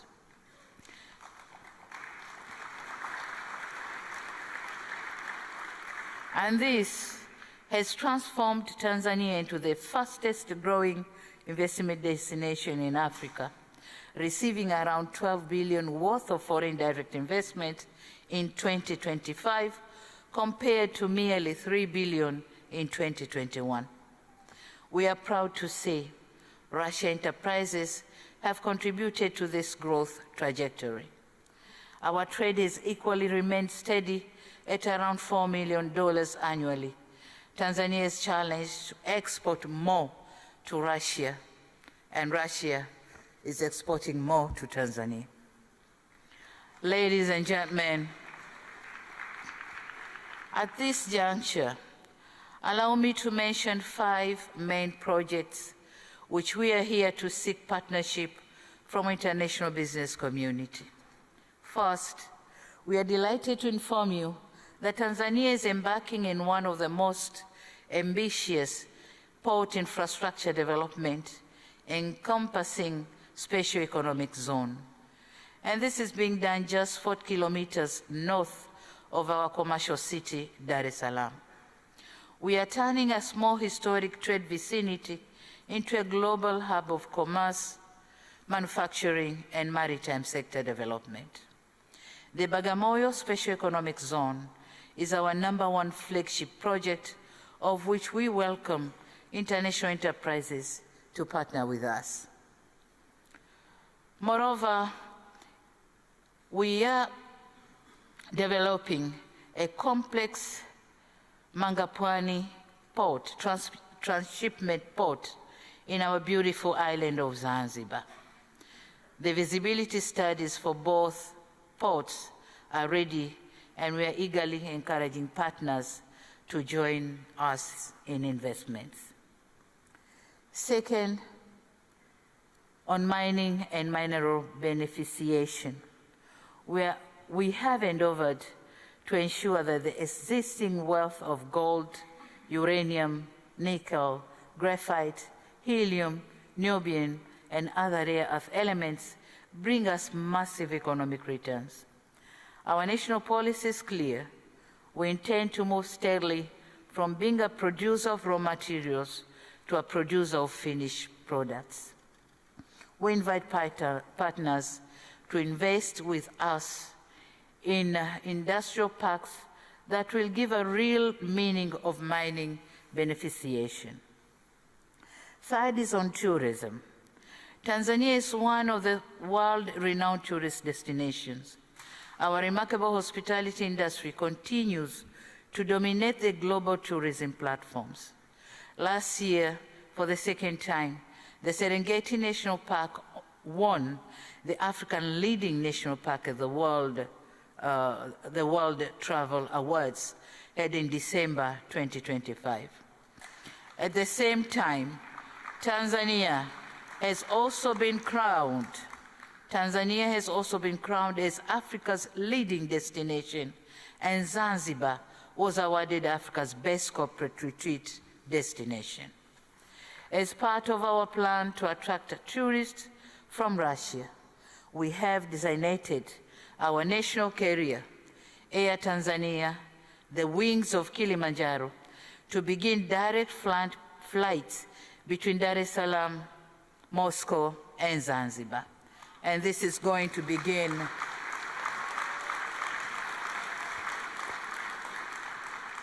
the first flight is expected to be on the 2nd of July this year.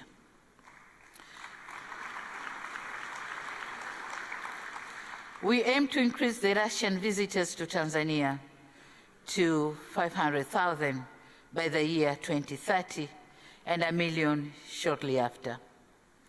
Fourth, as part of efforts to transform the agriculture sector and enhance food security, we have prioritized local fertilizer production to sustain our growing domestic demand. Since Russia is the world's largest exporter of fertilizer, Tanzania highly encourages establishment of the local fertilizer plants geared to serve the country and the region at large. Fifth, on the critical area of energy generation, Tanzania has huge deposits of uranium. Our main target is to use some of it in generating nuclear energy to meet the growing demands, which is expected to reach 8,000 megawatts by 2030 and subsequently 70,000 megawatts by 2050. It is in this context that Tanzania is advancing to nuclear energy as part of our long-term strategy to diversify our energy mix and support sustainable economic growth. To guide this effort, we have developed an ambitious national roadmap for nuclear power development, including the use of small modular reactors in our long-term energy strategy.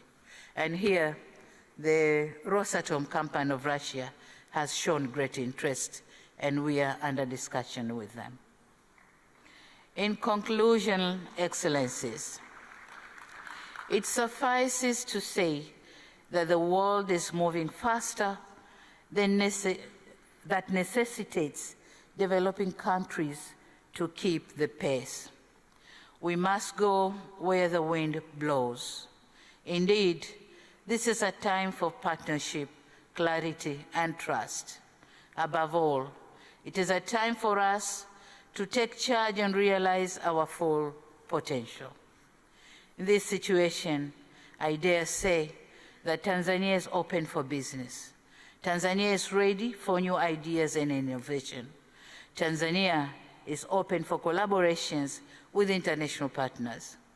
This meeting has been a useful platform for enriching engagement in such endeavors.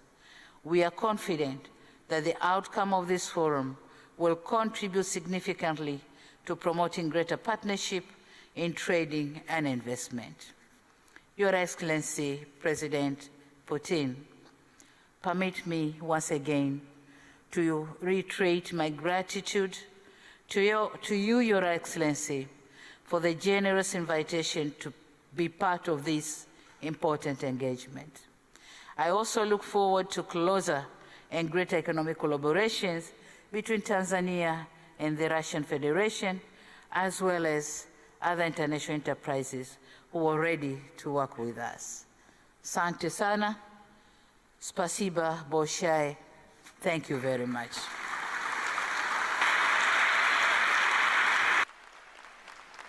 Ladies and gentlemen, that was the President of Tanzania. Tanzania is open for business. With that, I call upon our next speaker, Honorable Vice President of the People's Republic of China, Honorable Han Zheng.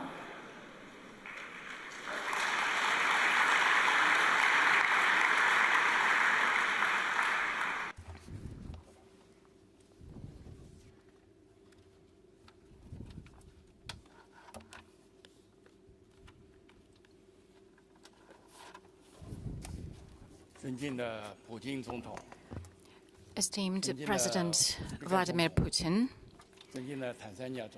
esteemed President of Uzbekistan, President of Tanzania, Dear ladies and gentlemen, it is a great honor for me to take part in the 29th St. Petersburg International Economic Forum. The current forum is held under the slogan, "The Pragmatic Dialogue Pathway to a Stable Future." And this is in line with the efforts of all the countries, especially in the current situations. We are striving for stability, cooperation, and development. This forum is most relevant, and taking this opportunity on behalf of the government of the People's Republic of China, I would like to congratulate you on the successful opening of this forum. In the context of global transformations, we see a deficit of global leadership. In September last year, President Xi Jinping initiated the Global Governance Initiative, which is based on 5 major pillars. This is commitment to sovereignty and equality, international law, implementation of multilateral approaches, human centricity, and results-orientedness. This initiative was widely accepted in over 160 countries and international organizations. And the Global Friendship Club under the aegis of the United Nations is demonstrating that this pathway is a way forward to the development and cooperation. China was an initiator of this principle, and with our practical steps, we unite parties in order to promote reformation of the system of global governance. Ladies and gentlemen, dear friends, implementation of the initiative on global governance requires combined efforts of the international community.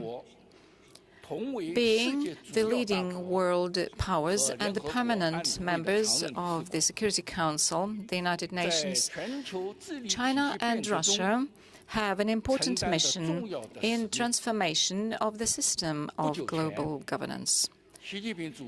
And upon the results of the recent summit in Beijing, the President Xi Jinping and President Vladimir Putin, a joint declaration was published about the establishment of the multipolar world and new relations of a new type.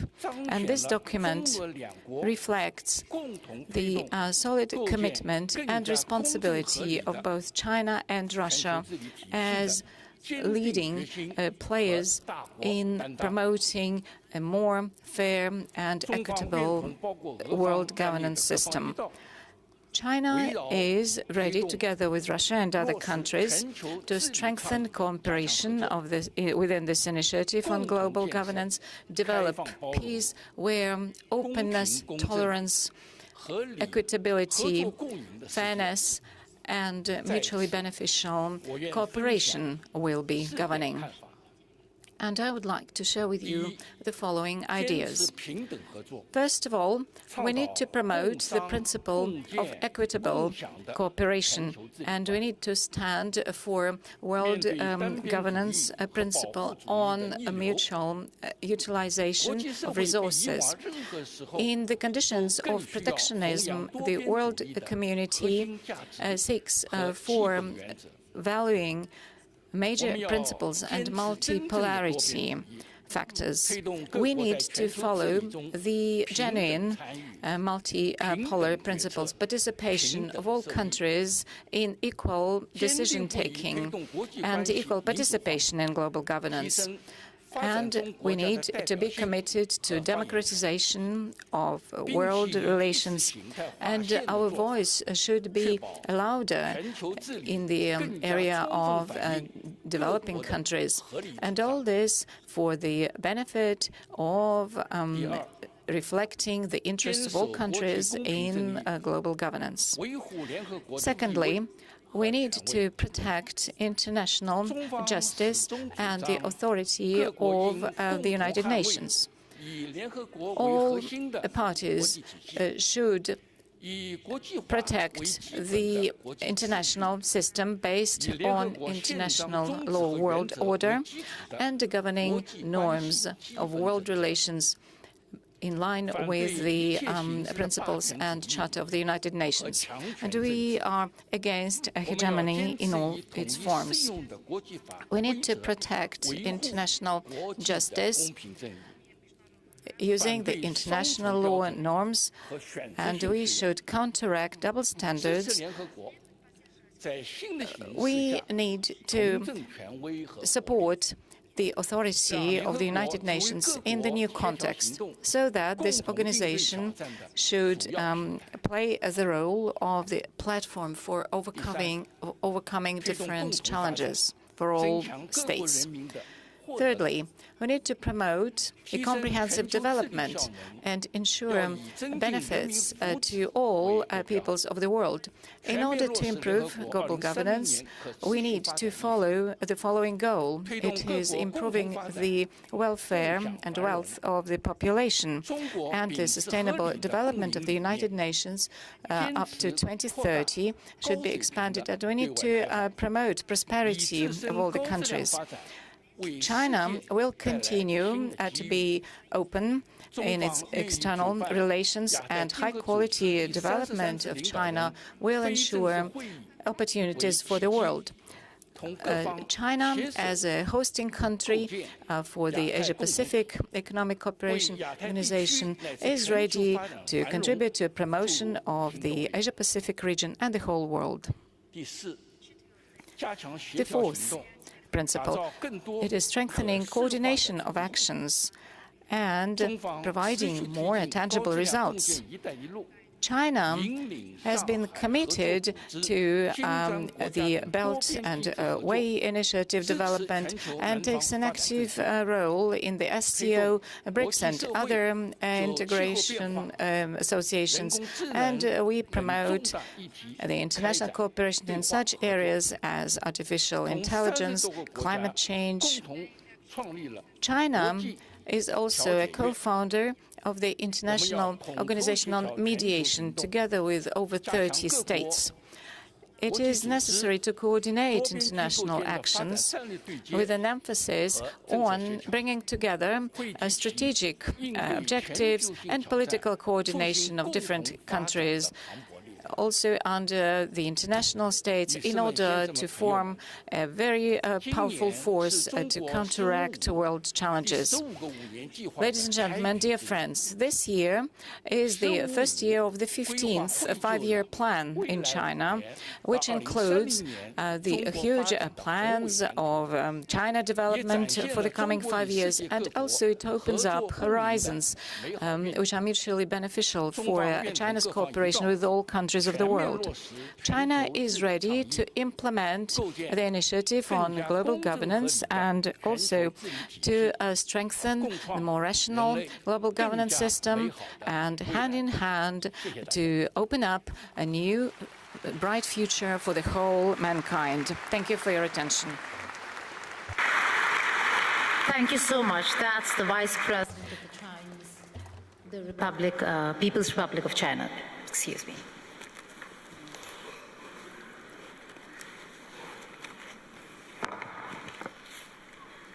We're now going to open up the Q&A session, and we begin with what this room looks like. 130 countries, representation from not just the global south. We're looking at America for the first time being represented in this room. Yes, Rodney Memcook Jr. right there in front of me.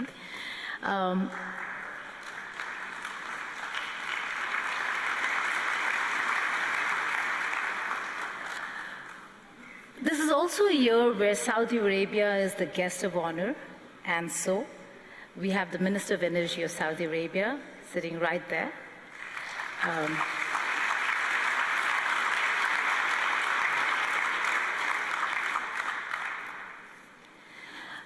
So Honorable President Putin, my question to you is, with 130 countries being represented in this room, when the world talks about economic isolation of Russia, does this look like isolation? And pardon me for being a little forward when it comes to thoughts and opinions. Is it Russia that is isolated, or is it partly Europe today that stands isolated?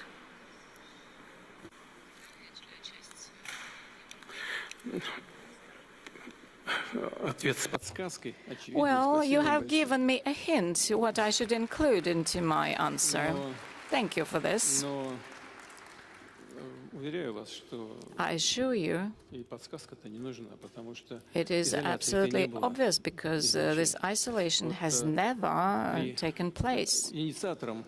The initiator of this isolation was the previous administration of the United States. Everybody is aware of this. And then European satellites followed those efforts. And currently, they're even more successful than the U.S. administration. But initially, it didn't exist. And thanks to cooperation with some partners, including in the United States, we were not isolated. All right. Here, we have representatives of one energy company, and the previous U.S. administration was trying to fight our LNG project. But as soon as this project began functioning, the first LNG was sent to the United States. Then uranium, yes, we are delivering uranium to the American market. And the first country, in terms of the volume, yeah, it is an American company. Then there's an international company with participation of the European and American capital. And the third one, in terms of volume, is a Russian one until now. All right, so everything is functioning. So Americans are pragmatic, and we have to use them as an example. So whenever it benefits them, things went on. We still keep energy projects going in the Russian Far East with certain countries that formally, officially have announced their withdrawal, and yet they still remain in these projects. They keep progressing, and I'm not even talking about our friends. They're not just friends. I would like to highlight that. Our reliable partners, I refer to African countries. I refer to countries of Asia. India, naturally. India, which has never followed any diktat from abroad, or the People's Republic of China, whose sovereignty and sovereign decision-making can never be contested. And as far as organizations, international ones are concerned, we have been working, and we have been working with our partners and historical neighbors, so everything keeps going, progressing. There is not much damage to us. And as you've pointed out, we see official representatives from the United States of America. I know there are representatives of Europe, and this is something we welcome. We have never isolated ourselves from anyone. And if the situation has changed in a way that we've got people from these countries, this is something we can only rejoice in, welcome. I promise to stick to the economic questions, but being a journalist, I have to ask you this. The Ukrainian President Vladimir Zelensky wrote an open letter, and he's not just offered direct talks. In the same breath, he's also directly threatened you and has called this your war. I'd like to quote him, if I may. He says, "Our long-range drone paid a visit to your forum in St. Petersburg, covering a distance of more than 1,000 kilometers. He says, this war is your personal choice, a war without a real cause. We hear you are comfortable with the war, not in those cases when it comes to security of your residence in Valdai or your parade in Moscow. Your own life is valuable to you. He adds, you will have to fight much harder for your own existence, not Russia, but your own. He has proposed to set a clear date for a meeting between you and him. Your first reactions are?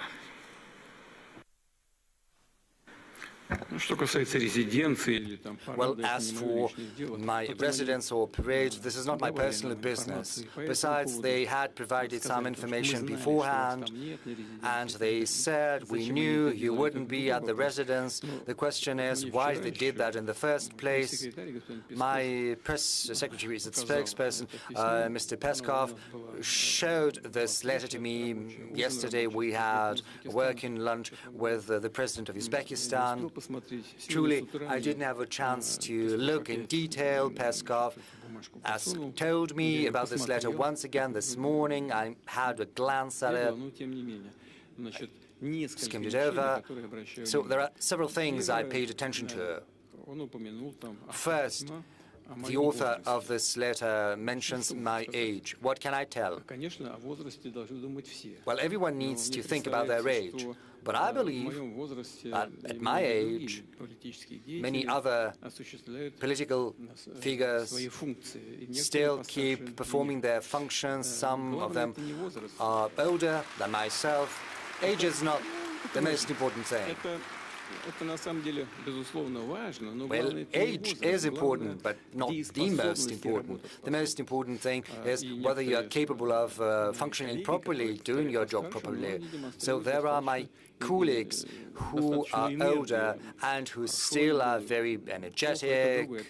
Whether they are doing the right choices or not, well, that is not for me to say. It's a political assessment. But then he said about staying in power and an elected position. This is important, no doubt about that. But you know, you've got to participate in an election, you've got to run and be courageous enough and always stick to the Constitution, because if you cling on to power outside the constitutional field, this is qualified as usurpation of power, and that is a criminal offense. So one should not be afraid, one should run for office, and this is something I would recommend to anyone, especially because Ukraine was saying that they were going to hold elections, and then they started, they kept silent all of a sudden. The author of this letter says that the commitments achieved in Anchorage should not be observed. Moreover, he said that the search should be carried out for true guarantors of agreements between Ukraine and Russia, and they should be searched for in Europe. Well, reliable guarantors are always a welcome thing. But why would they deny the American administration this honor, and President Trump in particular? I do not quite understand. They do want to get weapons from the U.S. However, they do not want to see the administration of the U.S. or President Trump as a guarantor. And this raises questions. We saw Donald, you know, instructing, scolding the author of the letter. He pointed out about the way he dresses. You know, sometimes, you know, asking for blood is probably something you can do, but not everywhere. It's not always proper. Now, as for the manners, as it were, on the whole, I would like to thank Donald for this work. It's useful, but there are other things that still need to be done. This has to be continued. And now, on to the most important thing. The Ukrainian side has deemed it possible to give a public, open dimension to our relations. They thought it proper to put it into the public field, which I do not think right, absolutely right. I think it's absolutely improper, but still, it gives me the right to say several things that few people are aware of, or maybe no one is aware of. And this is serious. I'm not being ironic. 3 weeks ago, a representative of our business circles gave me a call, and he asked me a question. He said, Mr. President, I've known this person for quite some time, we're not close, but I trust him, he is an honest person. He said, Mr. President, I'm being invited to Kiev. I said, very well, go ahead. What am I to do with that? But I wanted to inform you because I think they're going to talk about things related to the relations between our two countries. I said, I can't send you as an envoy, as an official capacity, because only well-trained people from the Foreign Ministry, from the Defense Ministry, from Special Services have to be doing that, as it was the case during our talks in Istanbul. Unfortunately, I cannot give you any official capacity. He said, I just wanted to inform you. I would go there, listen, and then I can tell you what they are going to talk about. I can't, prohibit you, I said. And he went to Kiev, and he met there with the author of this letter, the aforementioned letter, at his residence. Not in Valdai. Then he got back. I met him. There were many things, but the essential is as follows. Mr. Zelensky has asked for a meeting. I said, I never refused to meet. But meeting, just for the sake of meeting, well, I've seen that. There's a reference to the Minsk agreements, I think. But we had been forging, hammering out those Minsk agreements throughout the night.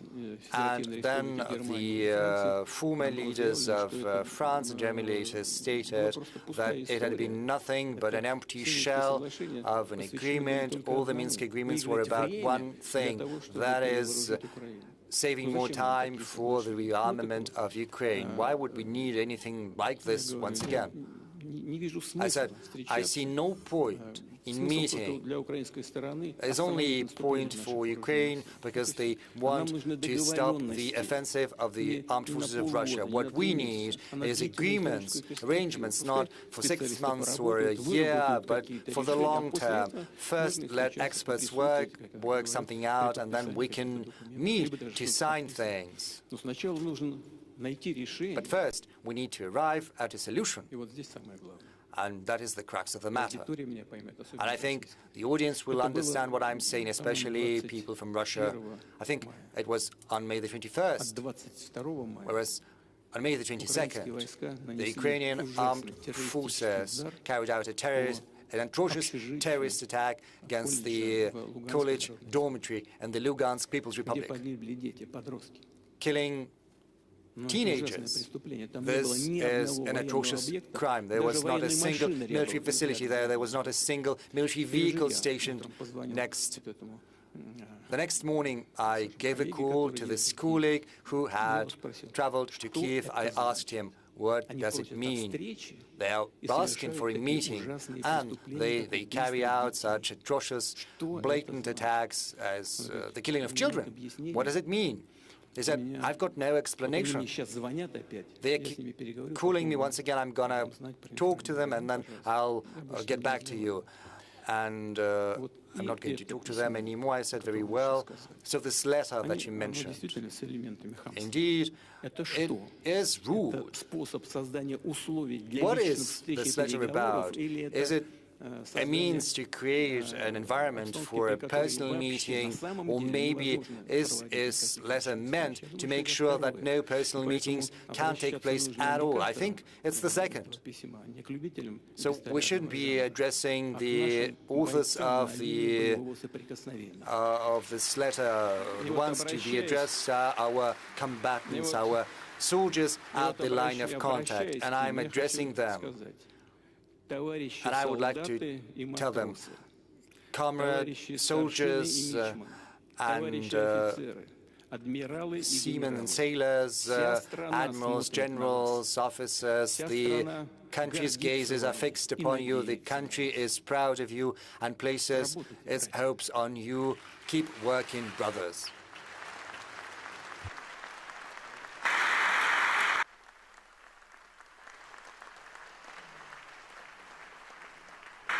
So I'll take that as a no, that you're not going to meet the author of the letter. Пока не вижу смысла. So far, I see no point. Because you mentioned the American president, is Trump your window to once and for all settle the Russia-Ukraine question? I ask you this, President Putin, is because President Trump is maybe the only American president who's engaging Ukraine in a way to bring them to the talking table, to strike a deal. He put President Zelensky on notice. If it were Biden or Obama, this would not have been offered at all. Is he the window?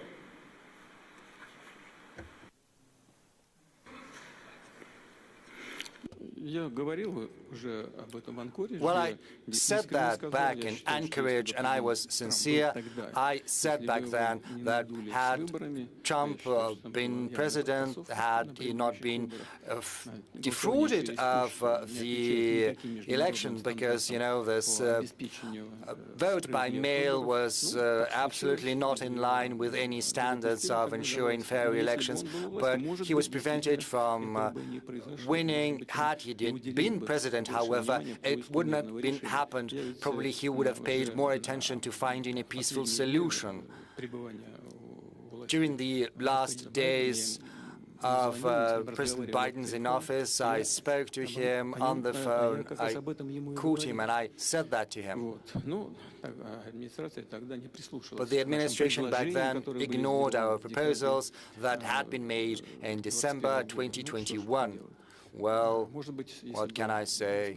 Maybe if President Trump had been in power, in office, it would have turned out differently. But I treat him as a colleague, I treat him with respect. And so far as I can see, the current attitude of the administration is very much the same. We also have a personal relationship with President Trump, which is based on that respect. But certainly, key issues have to be resolved bilaterally by Russia and Ukraine, whereas our colleagues in the US and other regions of the world can create an environment and act as guarantors, and this is our assumption.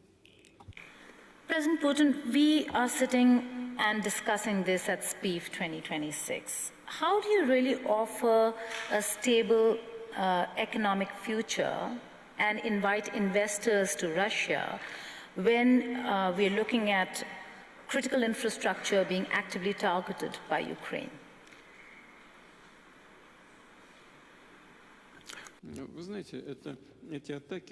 You know, those attacks on critical infrastructure clearly do not bring any good. More than that, they do impose certain damage. However, when investors take their investment decisions, they always accumulate the whole accumulation of risks and their complexity. I had a meeting with the leading media outlets yesterday, and we were all saying that we need to contribute to strengthening of our own security, our protection. We need to build up our air defense systems, and we're determined to do so. However, big businesses always play in the long run. And most importantly, first and foremost, businesses are guided by their perception of the economy that they choose to invest into. We've been discussing what is happening in the Russian economy. And we recognize that we observe a reduction of the GDP growth. However, all of that is happening in a very conscious manner. Those are conscious steps we undertake to strengthen the foundation, the health of the Russian economy. The key macroeconomic indicators were intentionally pursuing the cooling down of the Russian economy. And I can assure you today that neither tomorrow nor in the nearest future there aren't any threats that we recognize. On the contrary, we do see that our actions bring certain results, and I know that there are many colleagues seated in this hall representing real sector of the economy. We are having regular meetings with them.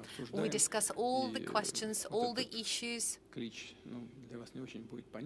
And the call that I'd like to make to the Russian audience that may be somewhat tricky for foreigners to understand, that saying, oh, it's so bad, what's happening to the key policy rate, it's difficult for investment processes. Yeah, we could say that partially that's the case, but most importantly, and that is what truly matters, the key fundamentals of the Russian economy remain solid, which gives us reason to believe that Russia remains attractive for investments. Not just Russian investments, but also foreign direct investments. And we do recognize that there is interest, we see it, and certainly we are going to welcome our partners. Okay, you're saying that, but in your speech you have set ambitious goal, launching new investment cycle, but you yourself said that there has been a decline of 2.3% last year. How do you then propose to grow in an environment of wars, sanctions, frozen assets, and while you talk about sovereignty, how do you balance that with inviting foreigners here to Russia? Look, you were saying wars, sanctions, but the economy is still developing. It's all stable. Even the domestic market is growing in Russia, and the well-being of the Russian population is getting better. We set ourselves an objective, as I was saying it yesterday. Only by 2030, we want to reduce the poverty level down to 7%. Actually, we have achieved the level of 6.7% already now in 2026. We achieved it even sooner than expected. As I mentioned earlier, the key macroeconomic fundamentals are stable for the Russian economy. That is why, despite all the obstacles, and true, there are always many obstacles, the fundamentals of the well-being of the Russian economy remain stable and have good prospects for further development.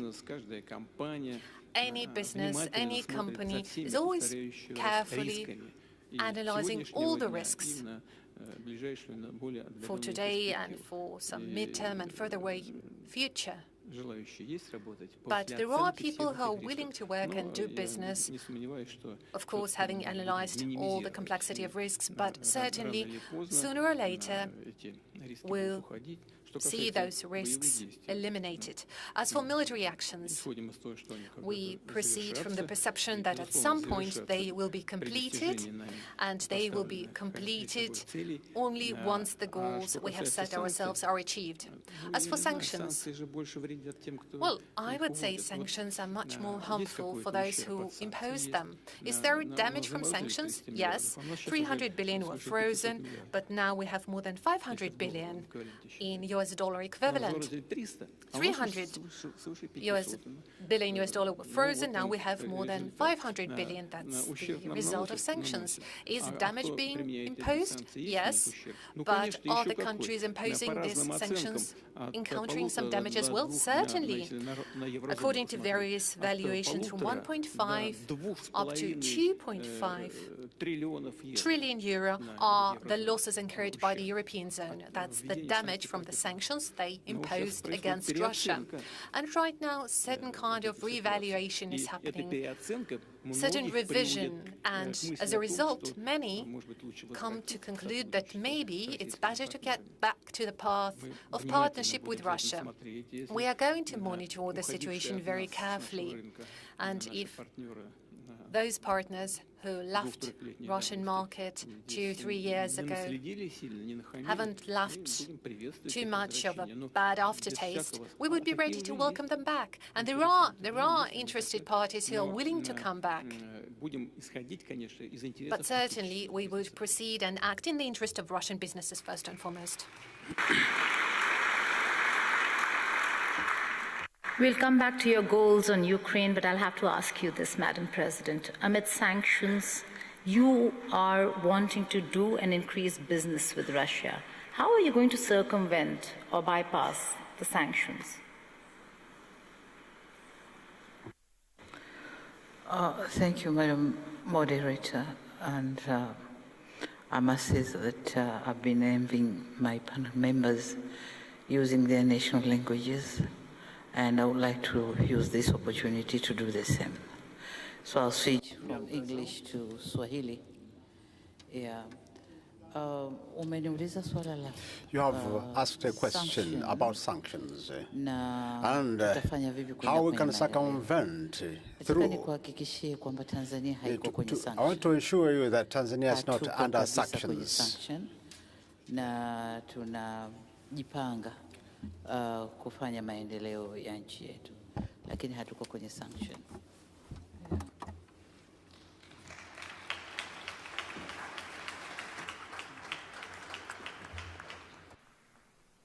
Okay. Coming back to the sanctions experience, President Putin, you spoke about goals. In the sanctions that we are seeing and that have been imposed on Russia, there's certainly some room for a deal to be struck with Ukraine. What is that goal that Russia wants to achieve before a deal is struck? And what are the red lines here?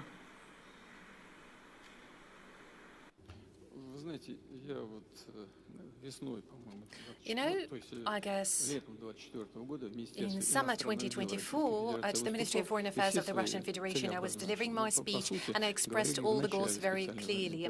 Basically, it was at the beginning of the special military operation. I guess it would take a lot of time, but very briefly, I would answer your question in the following manner. According to the UN Charter, every country has a right to self-definition. And after the the state coup that happened in Ukraine, we saw that certain territories of Ukraine declared that they do not support and favor this coup and declared their national sovereignty. And they've done so in full accordance with the international law and the UN Charter. We've been trying to get those issues resolved by peaceful means. So we talked about the Minsk Accords. In Minsk, in the capital of Belarus, we seem to have achieved an agreement on how to find a way out of the situation in the southeast of Ukraine. But later, it turned out that the participants from the other side were only signing those papers in order to win time to rearm Ukraine and start military actions. And this is exactly how it played out. Later on, those territories declared their independence. And I'd like to remind you, in resolution of the Kosovo issue, the UN court has taken a decision according to which, so far, this territory declares itself independent, is under no obligation to request the central authorities of the country to allow them to do so. That was the decision of the UN court. And again, according to the UN court, that was the correct decision regarding Kosovo. And the same should apply to the People's Republic of Donetsk and Luhansk. Their independence has not been acknowledged for a long while. Then eventually it was recognized when it was clear that there is no way to achieve an agreement between all the parties. And it was clear that we were being deceived and they were forced to recognize the independence of those territories.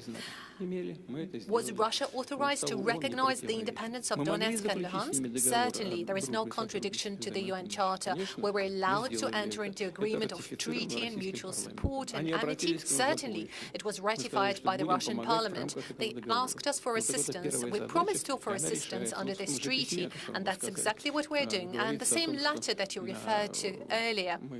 In this letter, they claim that we set ourselves an objective to free Donbass, well, the two republics that I mentioned are together forming a Donbass, the People's Republic of Donetsk and Lugansk. And in this letter, it is stated that we will never achieve this goal.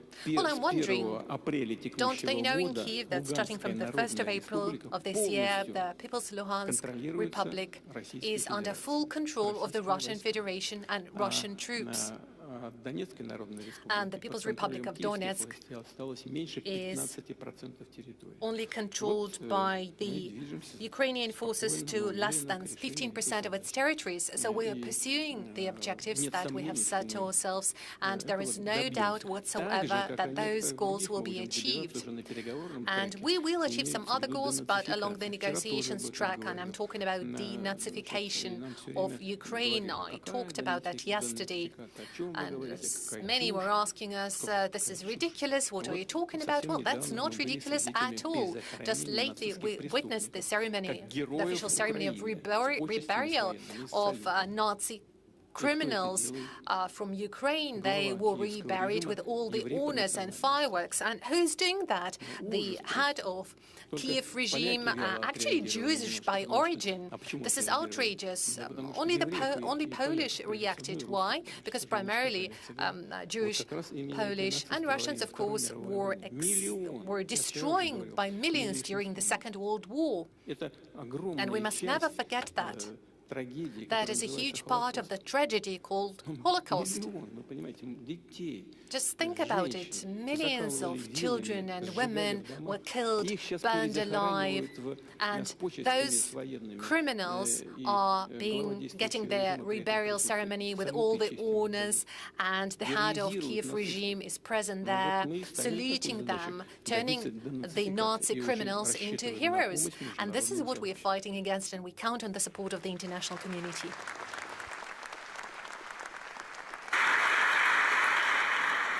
Shifting focus back to the topic at hand over here, let's talk about energy security. President Mirziyoyev, it is during these wars and conflicts that countries have realized the need for energy security, the need for alternative energy resources and sources, and in that, Uzbekistan and Russia have just signed an agreement for a nuclear facility.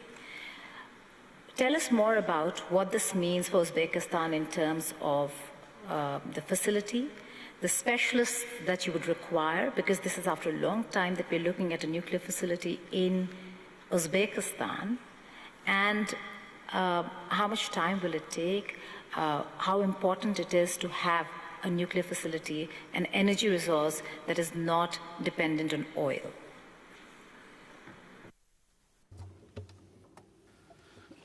Thank you very much.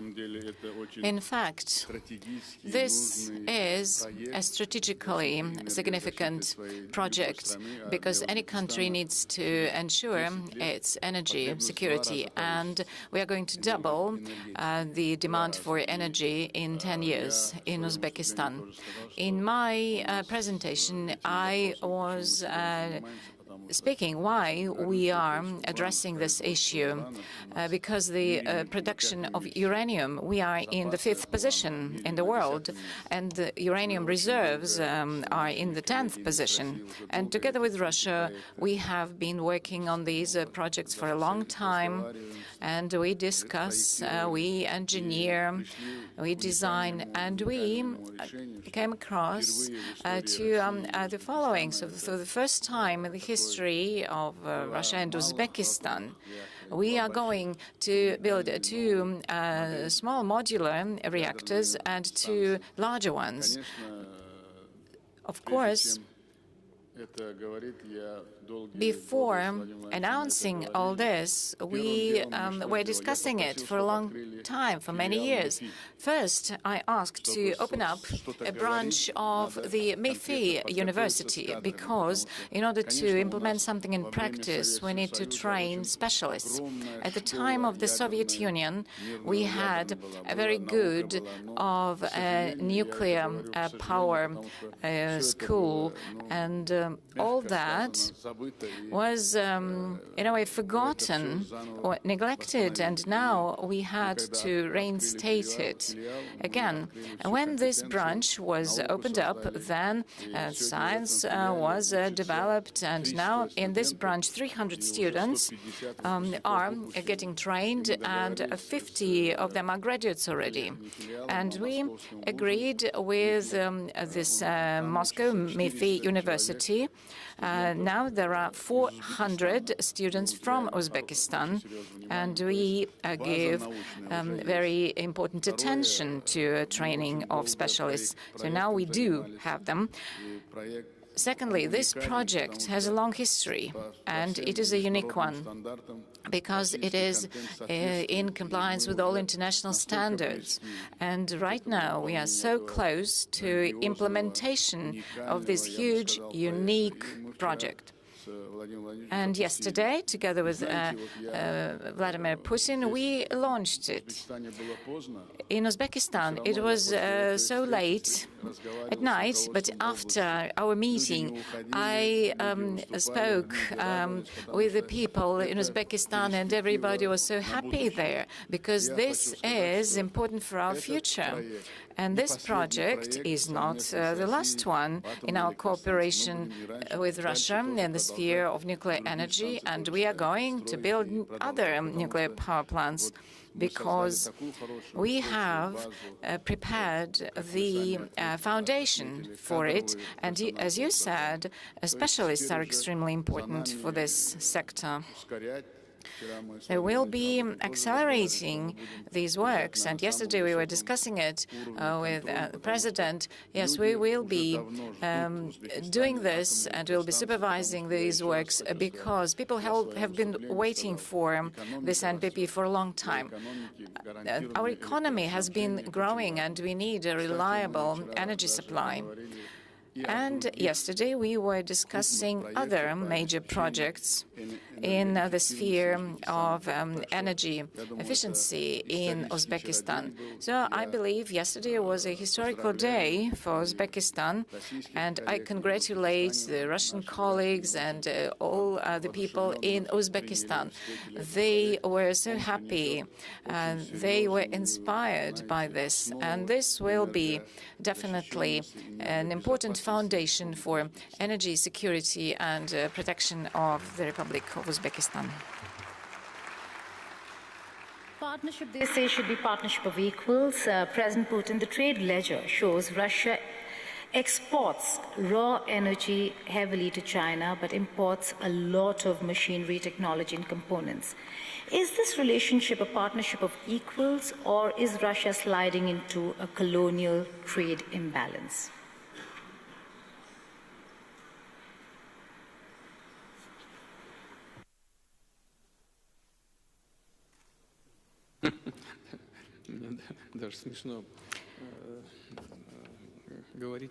Right. We are in equal partnership with our Chinese colleagues and partners. Moreover, the share of our high-tech export to China is increasing.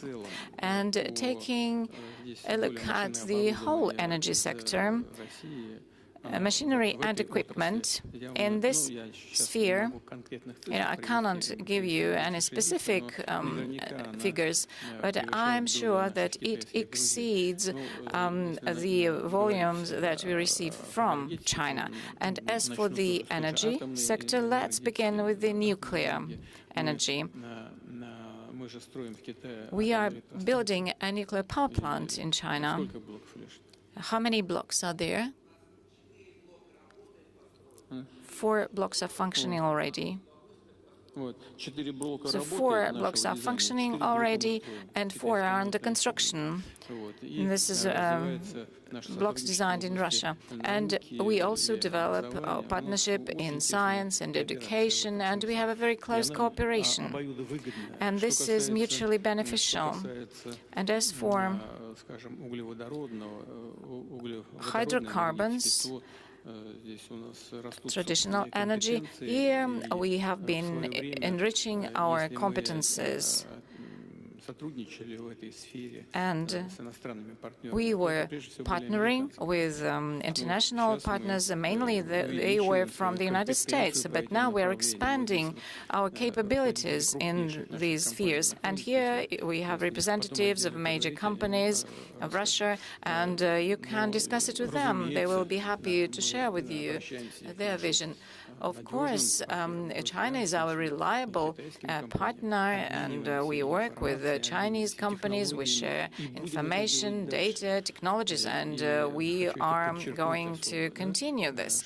And I also would like to put an emphasis on the following. Cooperation with China is mutually beneficial, and we are doing it equitably, on equal terms. Okay, then let me invite Vice President Zheng. The fact that there was a recent meeting between the two heads of state of Russia and China, which drew a lot of international attention.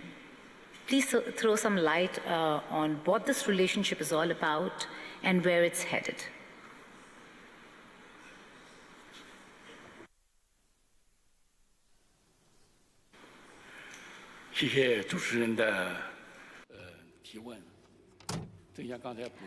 Thank you very much for your question. Yes, as President Putin described it, cooperation in the sphere of trade between Russia and China is moving forward, and this is mutually beneficial. And in the past years, it has been developing in a stable fashion, and we see this solid growth and there's healthy dynamics. And as you know, 2 weeks ago, President Putin completed a very successful visit to China. And President Xi Jinping and President Putin had negotiations in Beijing. It was on development of bilateral relations in different spheres, and in the track of trade and economic development, lots of agreements were reached. And all these results, of course, they were of a great interest for the whole world community. And all mass media were covering this. And I would like to touch upon 3 major points. As I said in my presentation, China and Russia, they are big states, we are neighboring countries, and both countries are permanent members of the Security Council of the United Nations. And development of relations between Russia and China and deepening of these relations and mutually beneficial cooperation in all spheres have demonstrated that this is promoting the development and growth of both of these countries, and it also improves the well-being and wealth of both countries. At the same time, it also helps us to contribute important stability and resilience in the modern world. Secondly, I know that you give great attention to our practical cooperation, and it is not against any other third party, and it is not impacted by anything from the external. Ms. Moderator asked a question already, and you mentioned that, our future development under the leadership of President Xi Jinping and President Putin, this is a strategic cooperation and partnership. It has been developing for 30 years, and this year we celebrate 25 years of the neighboring relations and friendship treaty. And we have been moving forward, and we are enriching our relations with this new substantial meaning. And this does not only improve the well-being of the populations, but it also supports the stability and peace in the region and the whole world. Thank you. Please go ahead, sir. Right after your question, I looked at the audience, and here there are presidents, leaders of our major energy companies, and I'd like to draw attention to the following. Some of our companies, yes, they were relying on the achievement of different Western companies, mainly American ones. But when this oxygen was cut off, we began developing our own engineering centers, and they are doing very well in this respect. For example, Gazprom Neft company, I keep promising to visit their center, but I saw the information materials. There's an enormous progress that has been achieved. Of course, we are open to cooperation in the future. Yet, together with partners from different countries, we will be achieving great results. Or Novatech company, for example, they have technology only they possess. No one else in the world has it. And together with our American partners, we have been discussing if they use our technology, then production and liquefying of gas in Alaska, for example, will be much more effective than originally planned with the installation of pipeline systems. So it will be a totally different degree of effectiveness. So as for difficulties related to sanctions in certain spheres, yes, we see that.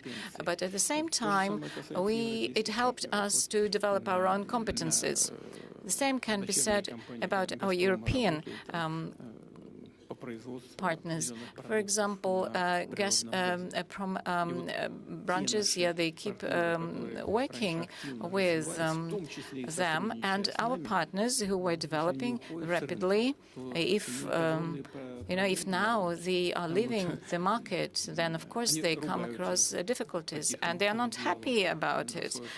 Under the blanket, they say bad words about their governments, but they had to reconcile. So they lost the Russian market, but we have increased our competences because now we have both the natural reserves and the technologies. So we see this as a very short-sighted policy for some of our partners. Thank you. Talking about technology and talking of technology, you're helping uranium when it comes to nuclear facility. What about countries like India, who actually have a lot of potential and need maybe assistance and partnership in the technology sphere when it comes to hydrocarbon and rare earth mineral harnessing of hydrocarbons in India? Is that something that you're looking at?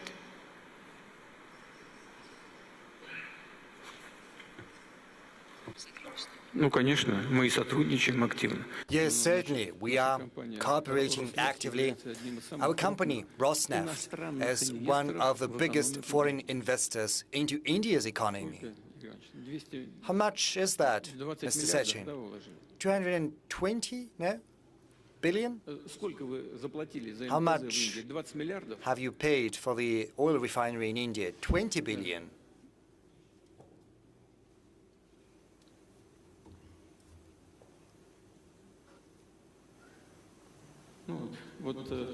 Well, Rosneft has invested around $25 billion into the Indian economy in the form of an oil refinery, a port, gas stations, and we're certainly working closely with our Indian friends.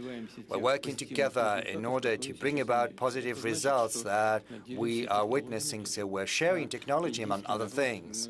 And the Indian people, and we have seen that for many decades of our cooperation, starting from 1947, when diplomatic relations were established. We have had very good, trust-based, brotherly relations in all senses of the word. We know how talented the Indian people is, how well educated.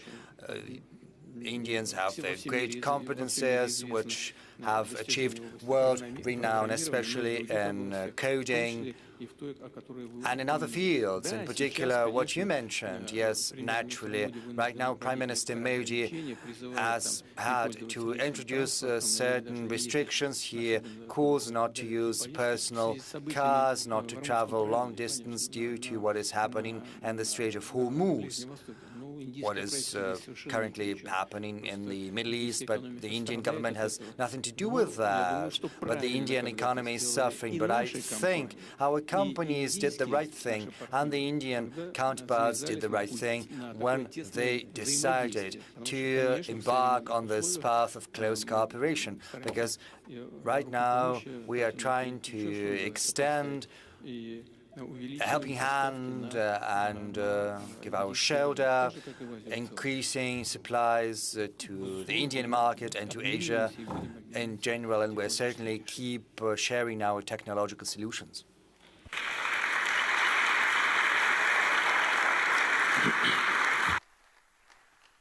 You spoke of the war, so I have to ask you this. What is Russia's assessment? What's your assessment of what the global economic impact is going to be of the Iran-US war? And let's be honest, has Russia been at an advantage because of the war? Because we've got longer waivers to buy Russian oil. A lot of countries now can buy Russian oil legally without a problem because of the energy crunch that the world is facing, and President Trump has allowed, should I use the word allowed? Allowed the world to buy Russian oil.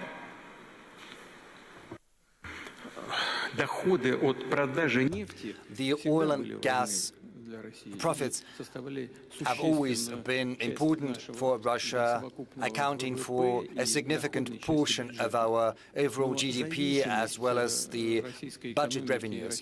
But the dependency of the Russian economy as well as the Russian budget on oil and gas revenue has decreased significantly over the recent years, not during the sanctions period, but overall during the recent period. And this has been a natural process. Right now, the share of the GDP that is not related to oil and gas was around 43%. A couple of years ago, that was 2022. So if you deduct from the overall revenue, oil and gas and non-oil and gas revenues, and see what makes what, I think it was 45% or 46% it was accounted for by oil and gas. Right now, the share of oil and gas has decreased to 23%. So there's a world of difference. As far as the revenues of the federal budget are concerned, the Ministry of Finance is here. He's going to correct me if I'm wrong, but I think that oil and gas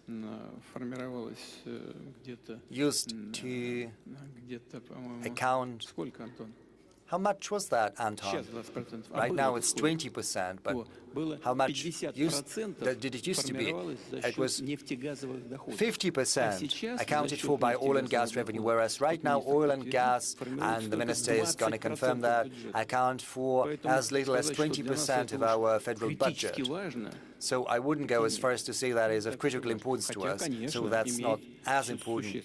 Even though it is still significant, 20% of the federal budget is still accounted for by oil and gas revenue. But just as for the rest of the countries, developing countries that have a rapidly developing economy, find other things more important. Of course, our oil and gas companies get certain preferences when long-term contracts are entered into, when the Russian oil price is going up.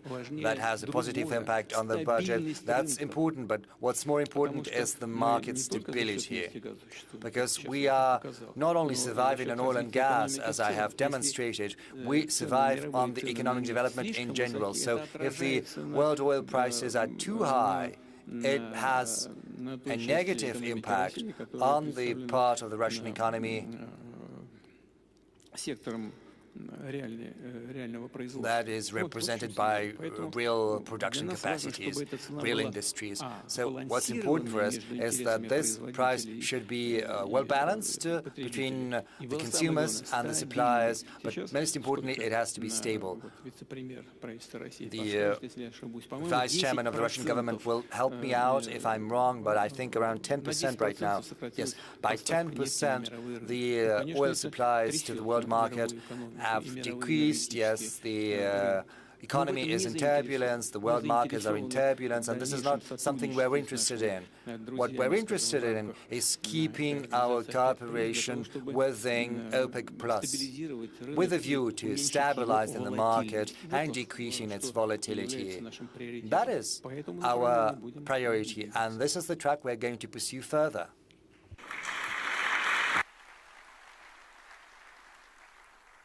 Okay, I suppose that's the reason why Saudi Arabia is the guest country this year at SPIEF.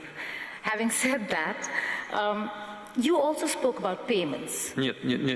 No, not just because of that, because we're friends with Saudi Arabia, and we've been friends for many years, and we are happy to have the guests from Saudi Arabia.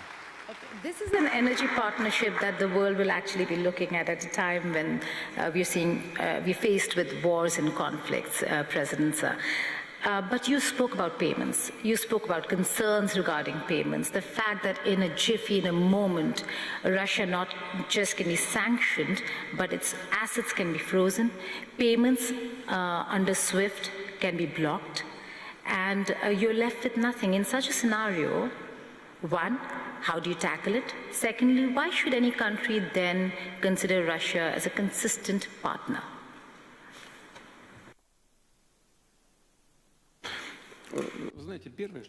Well, the first thing I would like to say, and I think many understand that in the US too, they understand that attempts at using USD as a weapon, as an instrument in war, well, it has brought about catastrophic consequences.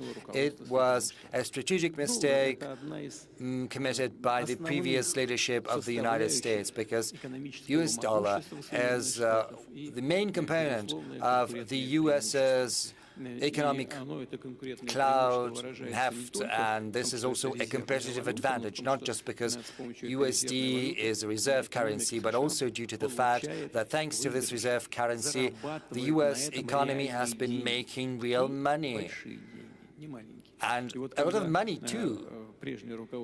So when the previous administration chose to start using USD, which still remains a reserve currency, as an instrument for political competition, everyone started thinking. They started thinking, we too can be the object of such actions. What is going to happen to our reserves in USD? What is going to happen with our money that has been invested in American assets? Well, certainly, the economy of the US is very big, but still it is running some problems. There's the debt, also undermined trust in USD as the world currency.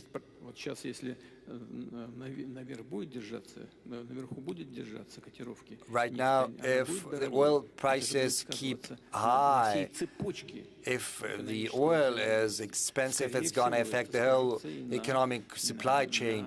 And with a great deal of probability, this is going to have an effect on inflation rates in leading economies, in particular in the US economy. And inflation rate is the basic condition for the stability of USD, because it's not secured by anything. They had abandoned the gold standard in the past. What underlies the American economy is the reliability of the economy itself, the stability of the economy. And the main factor of that stability is low inflation rate. If oil prices are high, inflation is going to climb up, and this will endanger the basic premises of the American economy. These are the consequences, and we want to avoid that. We want stability in this sector, and this is something we're going to seek.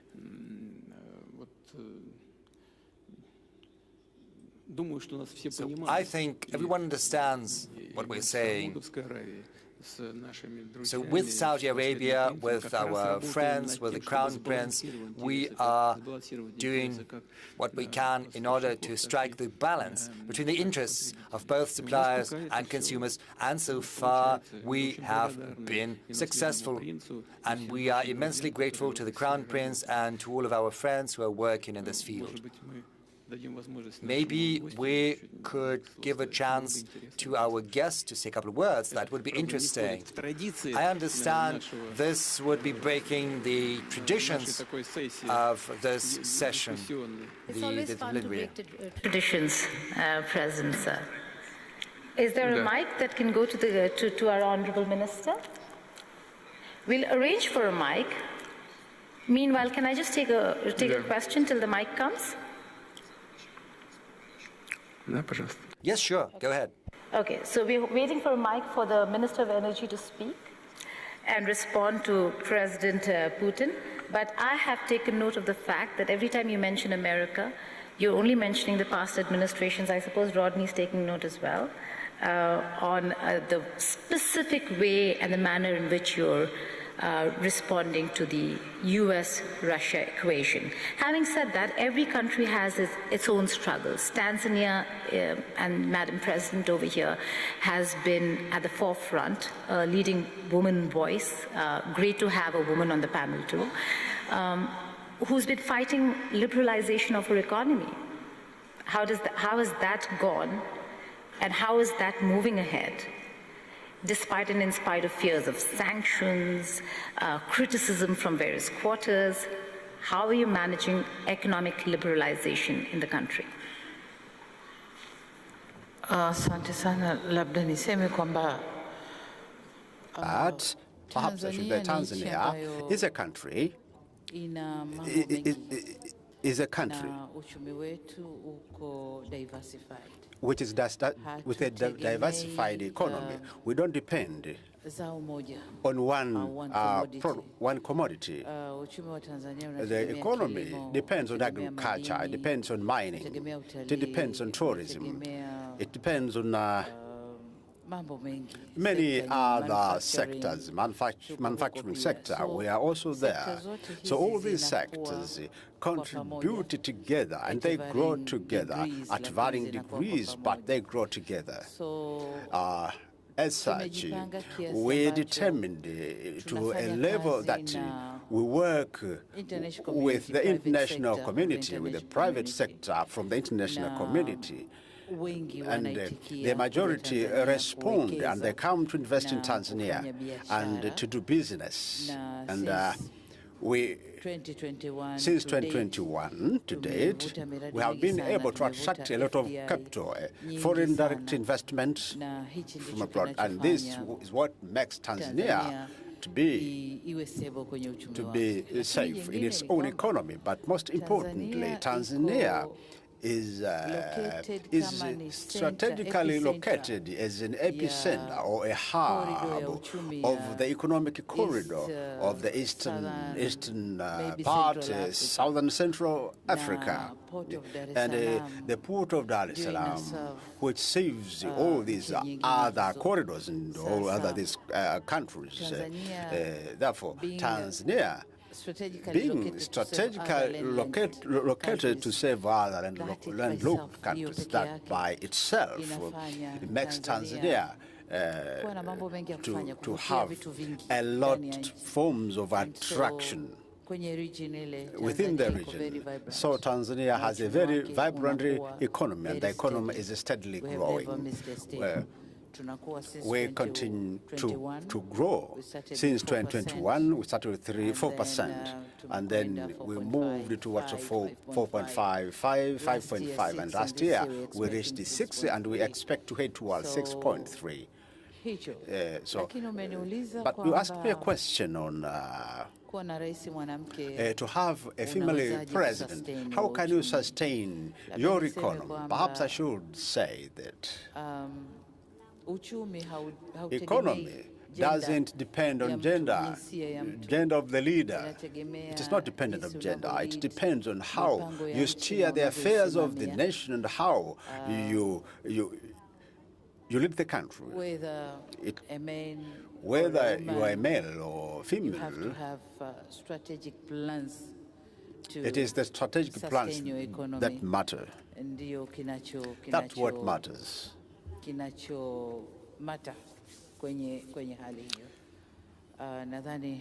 I think I should respond that way. Thank you. Thank you so much.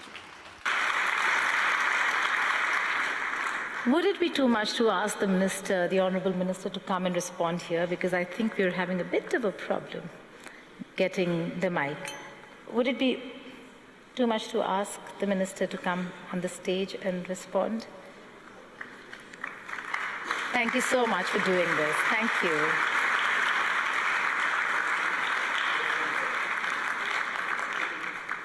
Oh, the mic has come, sir. The mic has come.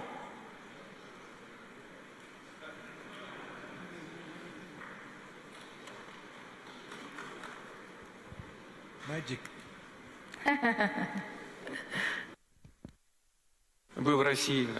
Well, that's because you're in Russia.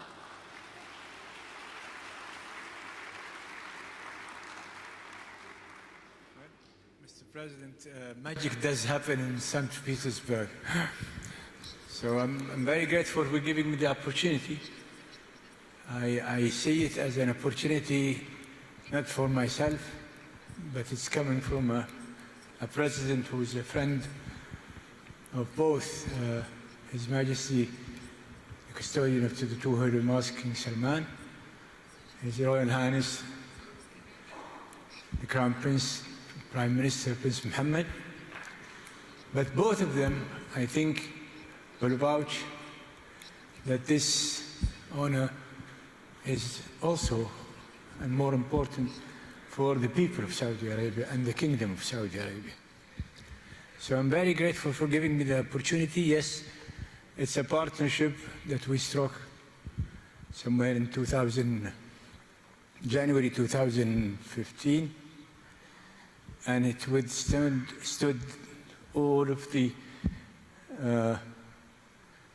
situations that this world had endured, from COVID to all of these storms and winds and whims of the world. And even today, we're going through so many crises in many places, in different places, with different causes. Yet, we're weathering all of these storms with a diligent commitment to each other as partners that although I'm a Muslim and Russia is not Catholic, but still we do go by until death do us part. Thank you. That's lovely.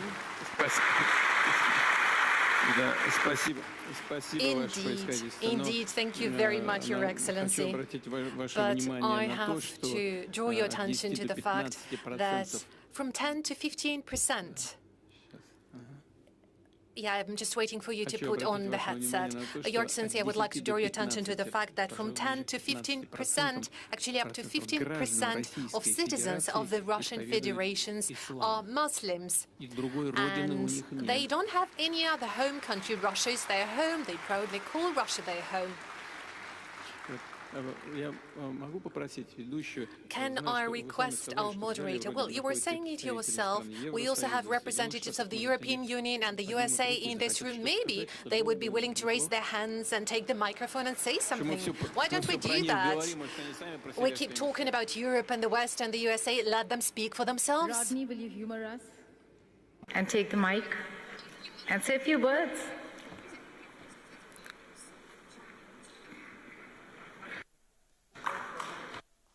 Oh, I see one hand raised over there. Yes, please. Perfect. Please come ahead.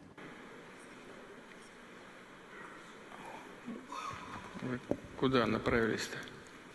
Вот там, вот там. Там тоже, ой, я прошу прощения. Well, you haven't put me on the spot at all. President Putin, it's very nice to see you, and I appreciate all of the hospitality that has been afforded me on my return to St. Petersburg. I love the city, and I think you're aware of that, and I've been coming here for 30 years. Ура! Мне тоже нравится. Hooray! I also love St. Petersburg. You have a beautiful hometown, and so do I. And I've said to a number of audiences since I've been here, there is a great kinship between Atlanta and St. Petersburg. I have come from a city that sadly was destroyed in war, burned to the ground. And St. Petersburg had resolve and fight to prevail over the Führer coming through the Admiralty Arch and proclaiming to the city that he had conquered her, and then reduce it to rubble the next day. St. Petersburg fought that off. And yesterday I was privileged to have an orchestra play for us at my request Shostakovich's Symphony No. 7. Not only did you fight it off with resolve and grit, but you also did it with culture and music.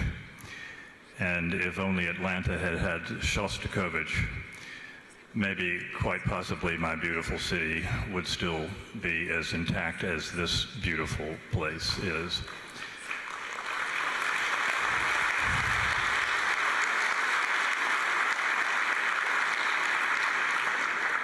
I do give a good hello from your friend, President Trump, and I am encouraged by everything that has happened since I've been here, Mr. President, and I appreciate the offer to speak. And we have a lot of ideas to talk about between our two capital cities in the next week. Can I ask you a question, Rodney? You may ask it, but I'm not sure I'll answer it. That's all right. Are you taking anything back to DC when you plan the ballroom? Explain your question a little bit better. Have I learned more from St. Petersburg architecture about the ballroom? No. Will you be inspired while creating the ballroom in Washington, D.C. at the White House? I have already been inspired by St. Petersburg ballrooms in my lifetime and have done a lot of work in your cathedrals and your palaces. So the answer is yes.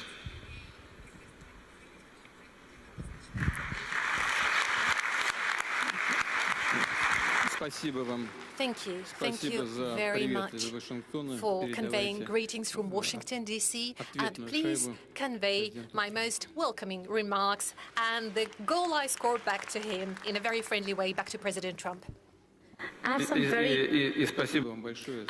you very much indeed for your kind words. They indeed are very well taken. Thank you for your kind words from the bottom of your heart that you expressed about St. Petersburg. I have some very tough questions to ask, but before that, we had opened the floor for our European friends here. And there, that lady over there. Can a mic go to her, please?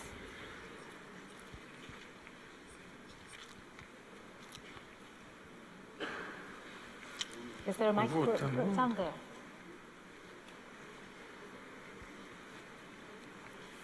Ну, туда, пожалуйста. That way, please.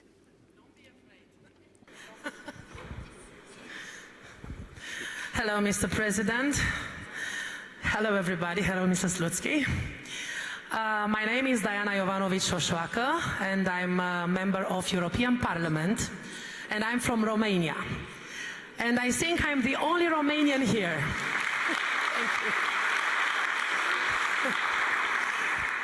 I would like to tell you that Romanian people do not hate you. Romanian people want peace with Russia. We don't want that to help Ukrainian. We don't want to give them money and arms, but unfortunately, Romania is leading from Brussels.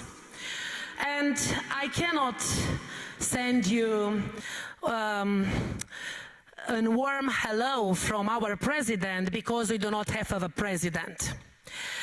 From our point of view, I'm the president of political party SOS Romania, which is parliamentarian and Euro-parliamentarian political party and only opposition in Romania.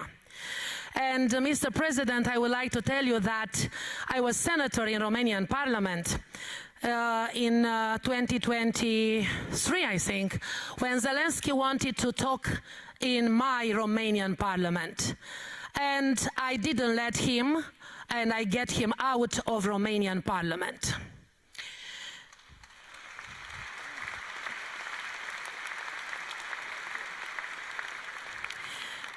Well, and I would like to send you from the bottom of the hearts of Romanian people and European people who thinks a lot and who have brains, that we want to cooperate with Russia. We are not enemies. You are the biggest country in the world. You are one of the biggest economy. We admire you for your force, and we admire entire Russian people. And we want to congratulate you for everything you have done and you are doing for this forum. Congratulations, and this is a lesson for European Union. I hope in a short time we won't have Ursula von der Leyen as the President of European Commission. Thank you so much.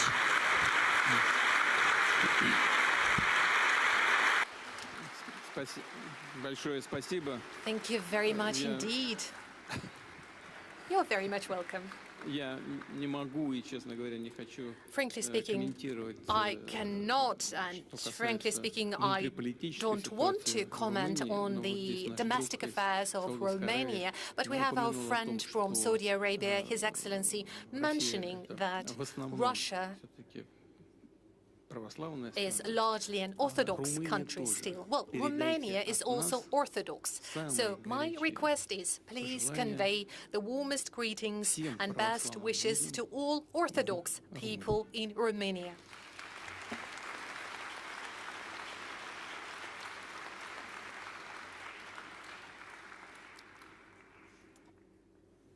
All this is great, President Sir, but we still have tough questions on sanctions and on waiver. It comes at a time, and I ask you, and we're going to discuss this only because of the Iran-US war, a war that has shut down one of the most critical maritime routes. Okay, please go ahead, madam. This is a major derail. Спасибо вам. Извините. Меня зовут I apologize. My name is Karen Kneissel. I came from the south. 2.5 years ago, no, I was wrong in using the word south. No, I came from the west. I'm originally from Lebanon. I'm so happy for the opportunity to live and work in Russia. Thank you for this opportunity. Unfortunately, in the West, they are so convinced that I used to work for Russia 40 years ago. My question I will ask in English, because I think there's also no German interpreter. I know that the President insists on German, but let us do it in English. Mr. President, my question is, on the modern warfare of drones, which have created such a horrible distance between, let me say, the perpetrator, I don't want to say the soldier, because it's not always a soldier. And the target, there is now a sort of technical artificial distance which is creating a new form of cruelty. And we don't anymore have any sort of code of honor between the parties. It was different still in World War I. How do you see this modern warfare in which the Russian army and the Ukrainian army have gained special experience? Here in St. Petersburg, about 140 years ago, Tsar Nikolai II launched a conference on disarmament. His ambassador Martin said, whenever we don't have a strict law how to do the war, let public conscience speak. May I ask you about this warfare? How can we handle it? How can it be done or be finished? Thank you.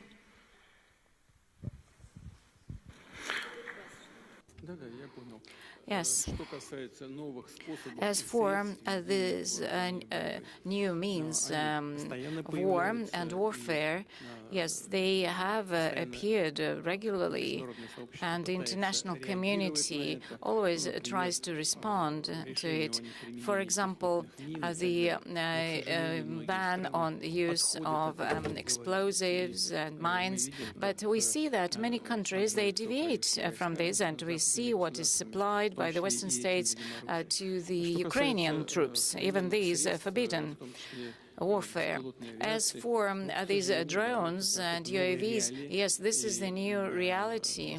And mainly, of course, they are supplied to Ukraine from the Western states. In Ukraine, they are only assembled, although it seems that they try to engineer some of these drones themselves. They are not very successful in that.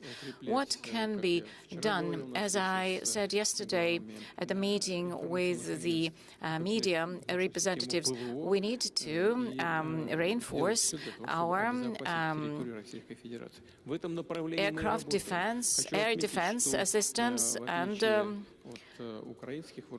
do everything possible in this respect. And unlike the Ukrainian troops, we have the whole range of technologies and resources for developing this. We have schools, we have training centers, we have a developed industry.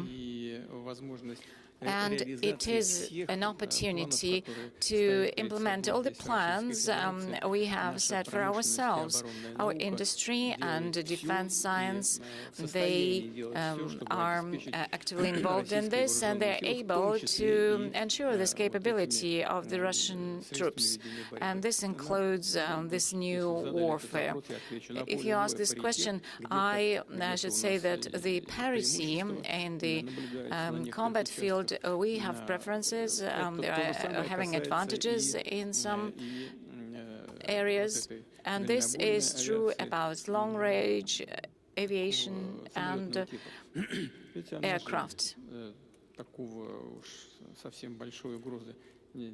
I would say that if certain decisions are taken in a timely fashion, and if we increase our capabilities, then it wouldn't be a serious danger, because these are aircraft that can be dealt with. But now we see that there's new type of aviation. This can be curtailed.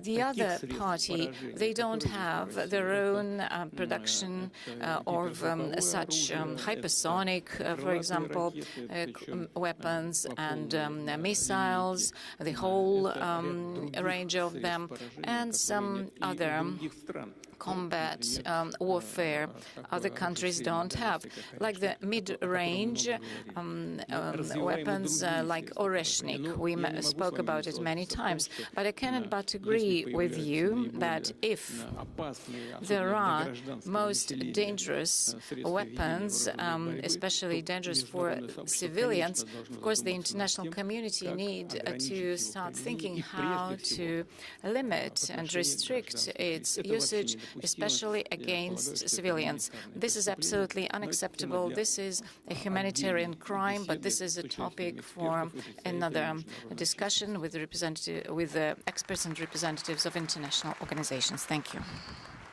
Before I go to the war question, can I just take one question from Madam President here?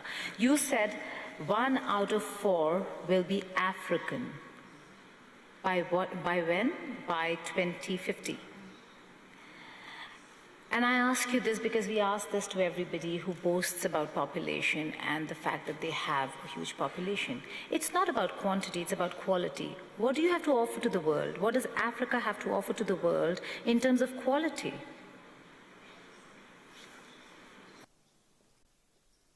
Asante. Thank you. We have, as the African continent, we recognize the fact that during in this era, we're supposed to develop, to promote our human capital, to develop human capital. That's very, very important. That's critical for Africa. And that's what we are doing. Of course, we are doing it in varying degrees in each country, but we are doing it. For example, in Tanzania, for instance, we do have right now about 500 students in the Russian Federation. They are here, learning here. And in our discussion, we have, in our discussion, agreed that we'll get more opportunity to take our children to Russia for education, because we have new areas which are being unlocked. For instance, if we speak of a digital economy or digitalization of economy, we have to learn what is it. When we speak of nuclear energy, we also need to get nuclear engineers. We need to get all the experts who can work in that field. So, development of human capital, that is the direction we want to take. It is critical to our development, but secondly, especially for Africa, it is to give the opportunity to women, because currently in Africa, the doors which were closed, they are now unlocked, they're opened, especially for us who have worked through the doors. We have the responsibility to develop others. An African girl, to make sure that an African girl has the hope for the future and understand that she is the part of the nation building. As we were told in SDGs, as it is explicit in the Sustainable Development Goals, that we don't have to leave anyone behind. We are now aware that no one should be left behind. Take an example, a country growing at 80%, 6% GDP growth annually. How can it manage without involving each and everybody? So society inclusion is very, very important. And you said it right, CO2 society inclusion, but quality society. Not only society inclusion, but everyone has to be involved. Managing their own sustainable development. So, as I rightly said, by that year, out of one out of 4 will be an African by 2050, because African population is growing at a higher rate. We are aware that we have to build our human capital, and we are doing it. Yesterday, when I was in Rodin University, I met Nigerians there, Tanzanians, Ghanaians, so many students from African countries. They are there studying. So this is one country, Russia, but our students have spread all over the world. So we are trying to build our human capital. and both boys and girls. So that's why I said in those years, 9 out of 20 countries that would lead the economy, 9 are coming from Africa, and I think Tanzania is one of them. Thank you.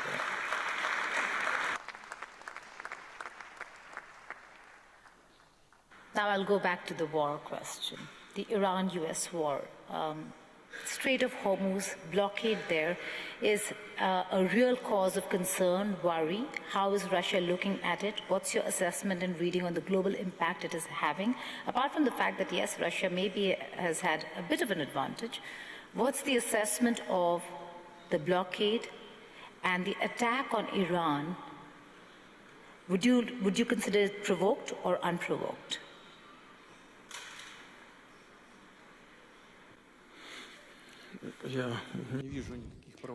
I don't see any provocations on the part of Iran. I believe at some point we agreed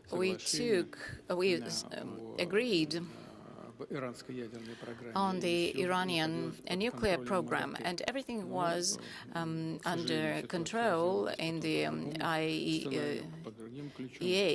But then the scenario changed completely, and this led to the tragedy we're observing now.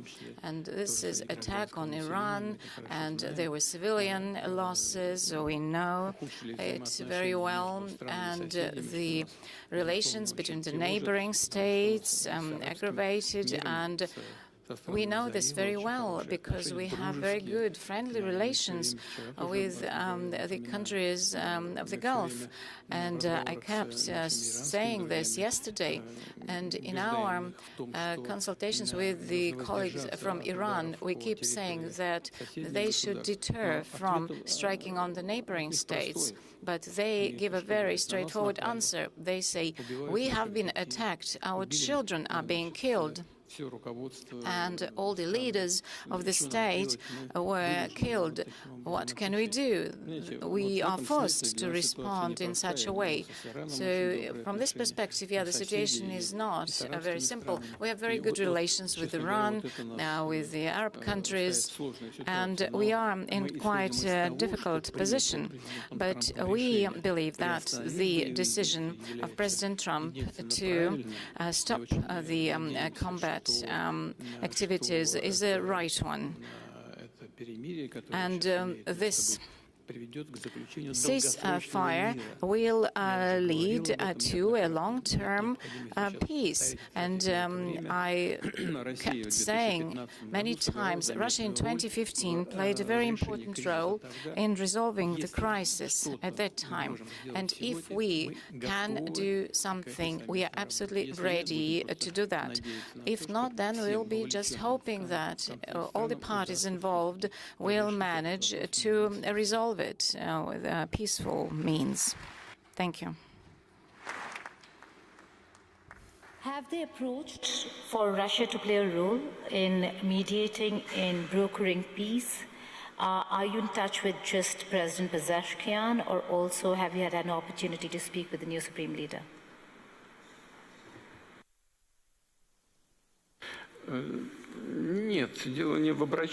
Well, this is not about them approaching us. You know, I think it was a year ago, or maybe somewhat later, but we reminded them of our cooperation back in 2015 when we took away the enriched uranium into the Russian territory. Back then, it led to détente, de-escalated the tensions. We said this is once again possible, and if all the parties involved are interested in Russia playing a similar role at this point in time, we are ready to do the same. We have the requisite technology available. And originally, I would like to say, almost all the parties involved in the conflict, both Iran, Israel, and the US, said yes. They said it was interesting, this could be considered. But then they started to toughen their requirements, and this has brought about the current situation. Our proposal remains on the table. We're not insisting on anything. Should the parties involved in the conflict arrive at a conclusion that this is a good proposal, we'll be happy to help. If not, we will simply follow the situation, and as far as we can, we will try to help alleviate somewhat the tensions around this situation.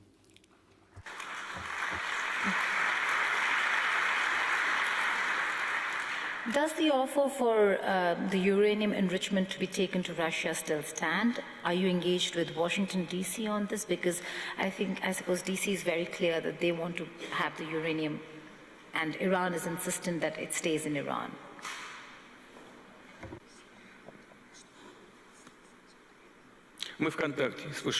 We're in contact both with Washington and Tehran and with Tel Aviv as well.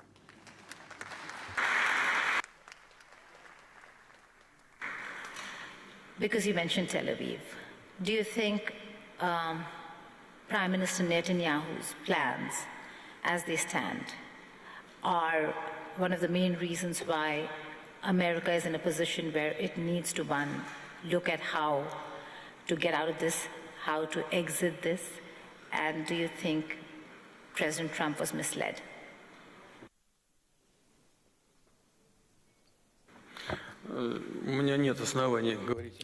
Well, I have no grounds to believe that President Trump was misled, because he's a very mature person, a very experienced politician. I don't think anyone from outside can exert any significant influence on him. We know very well the concerns of Israel. They are related to their perception that Iran seeks a nuclear weapon, even though on multiple occasions before Iran had stated, and it keeps stating, that it entertains no such plans, and we have no grounds to believe otherwise, because we have no proof that Iran seeks a nuclear weapon. But that said, Israel has these concerns, and the main problem around the situation is the lack of mutual trust between the parties. And in this particular case, it is important to place these materials under the IAEA control. IAEA is an international organization, and the leader of the IAEA was here in contact with us because the start was given to the construction of a nuclear power plant in Uzbekistan. So if it's placed under the IAEA control, I see no problem with that. As for agreeing on the level of enrichment within Iran, this is another matter entirely. I think it's less acute. I think Iran is entitled to a peaceful nuclear program, and we cooperate with Iran in peaceful nuclear energy. We build an energy unit of an NPP in Bushehr in Iran. It's operational, and we keep constructing another 2 energy units, and our experts are on the ground. Most of the personnel has been evacuated because Bushehr is almost on the coast of the Strait of Hormuz. So basically within the area of hostilities, part of the personnel, the women, the children, we have had to evacuate them, but some of the personnel still remain. And in that case, I would like to draw your attention to the fact that we're in contact with both Israelis and the Americans on this matter. They told us, yes, some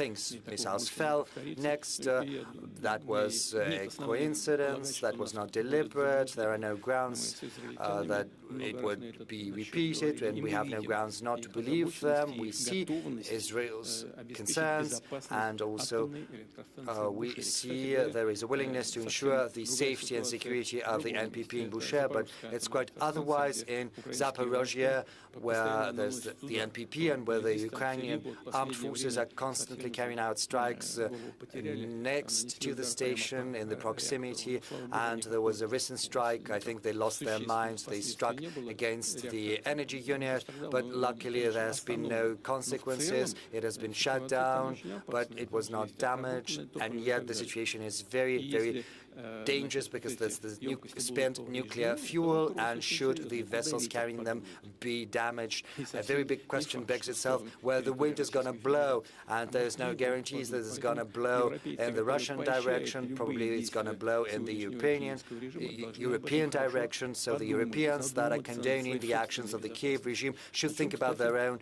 safety.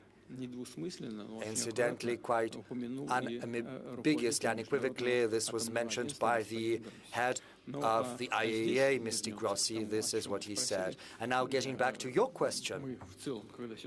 In general, once the situation calms down, we intend to keep working with our Iranian friends and constructing these nuclear facilities. But of course, we could play a certain role here. We could assuage the Iranian concerns, because they're concerned that there are restrictions being placed on their peaceful nuclear energy. But since we are working with them, we stand ready to provide them with everything they need, including the enriched uranium they need for their nuclear energy. Beyond economic or friendship or economic partnership, President, sir, there are reports in Western media where they say that Russia has supported Iran, not just symbolically, not just in words, but in satellite images, in data sharing, in information sharing. What do you have to say to those reports?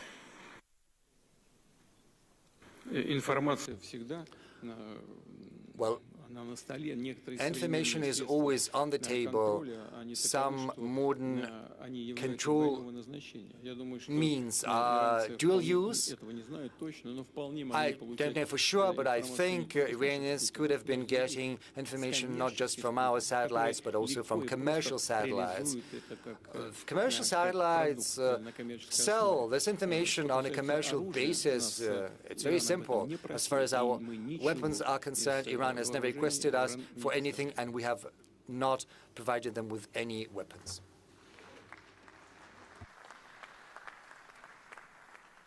But these wars today have shown a different side of modern warfare. Drone technology, whether it's Ukraine or for that matter Iran, way ahead in drone technology, in the use of artificial intelligence. How does Russia fare, and what's your assessment on what you want to do, and reading on Ukraine's drone technology, Iran's drone technology?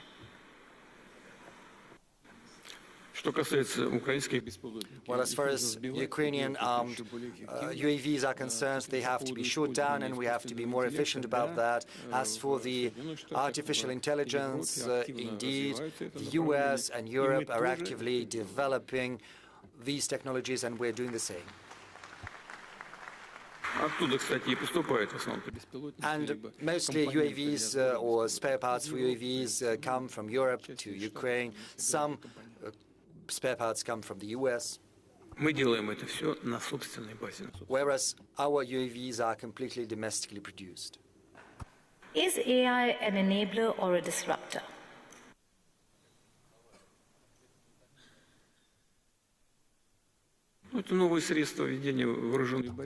Well, this is a new means of warfare. There's nothing strange about that, or nothing new.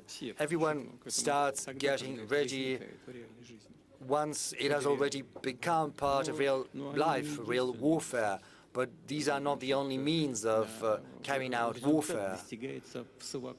The outcome is assured through a combination of forces and instruments and tools, and most importantly, thanks to the motivation, the morale of the armed forces themselves. It is also assured through internal cohesion and of the society. So these UAVs carried out a strike against a coal port.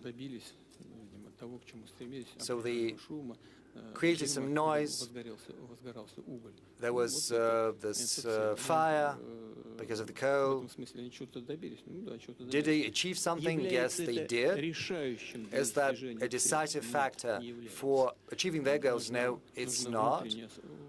Because you need internal cohesion and union in society. You have to have your own industrial base for defense industry. You have your You have to have your own scientific base and your own resource base. Russia has all of that. And we do that, and we will do that. So the sooner those who are fighting us understand that, the better it's going to be for them. We're coming to the fag end, but I still have a few questions. Yes, I'm sorry. You spoke about Iran, and we have to do them credit. Iran manages to assure internal stability within its society.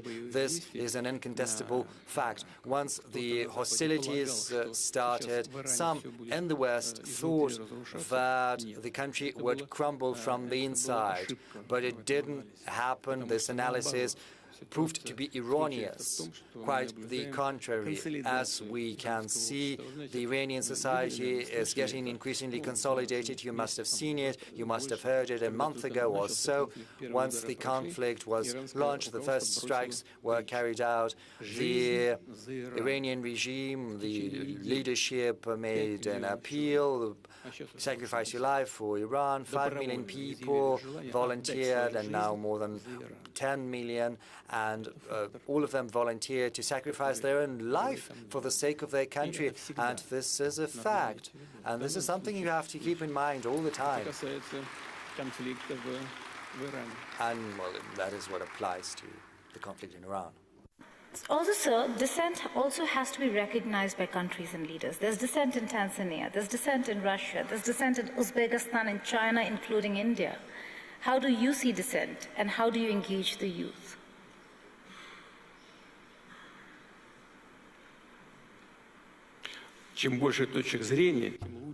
The more points of view exist, the better it is, because you can choose the best. Okay, I have to ask my India question. Yesterday, you were meeting with some of the editors, and you spoke about Su-57s, and that it was an offer for a collaboration. Does that offer still stand? What are the details? And what's the conversation you're having with New Delhi?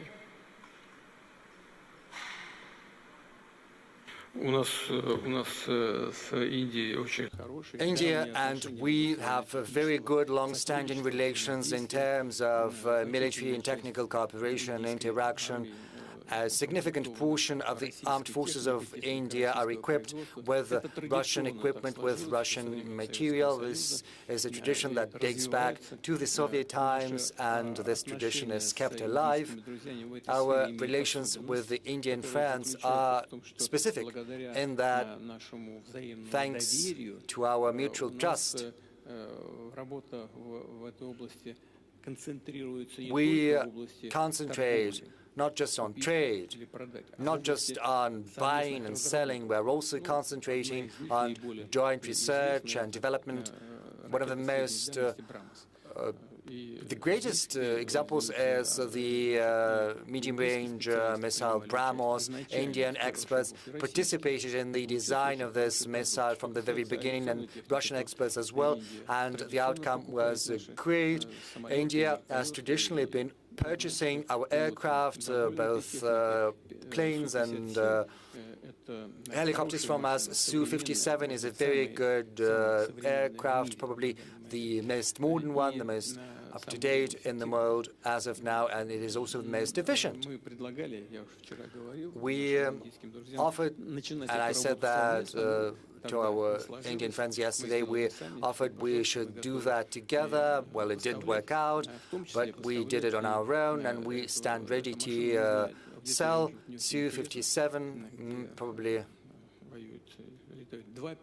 You know, there are 2 pilot configurations, and it could also serve as a command center. So forging ahead, and we are very efficient, not just in aviation, but also in maritime equipment, submarines, and surface vessels.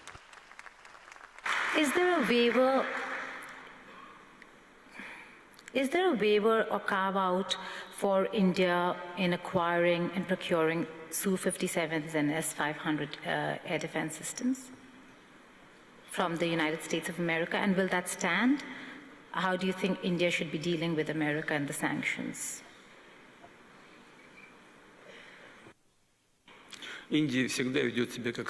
Well, I would say India always acts as a sovereign country, and under the leadership of Prime Minister Modi, any potential threats of sanctions would boomerang immediately. And I know that for sure we've been in close talks with Prime Minister Modi for a long while, and he knows that for sure. We all remember a time when Prime Minister Modi was banned from going to the territory of the United States of America, and I know that Prime Minister Modi would never forget about it. Now he's a Prime Minister, all the sanctions have been eliminated, and the relationship between the USA and India are developing successfully, as far as I understand, and India is a sovereign country, and it is free to choose those products that they consider to be most up-to-date and most applicable for them, and obviously offering the best price-quality ratio. No matter what people say, India has always been acting in this manner. How? Well, India is always guided by its national interests. Of course, that is a very sensitive area, the defense area. But one thing is particularly important. It is crucially important. And the thing is that our cooperation with India, just like with all other partners of ours, is not subject to political environment. We can't be dictated. Do not deliver that to India. Nobody can dictate us, and nobody would even try to do that. We are always going to do what we consider to be right, and we will always stand true to commitments given to our partners, especially such partners as India. And in this key, in this spirit, according to those rules, we do our business, and this is how we're determined to continue. I began the session by saying we can't be dictated to, and my co-moderator, President Putin, has said the same. On that note, we end the session. Thank you so much for joining us.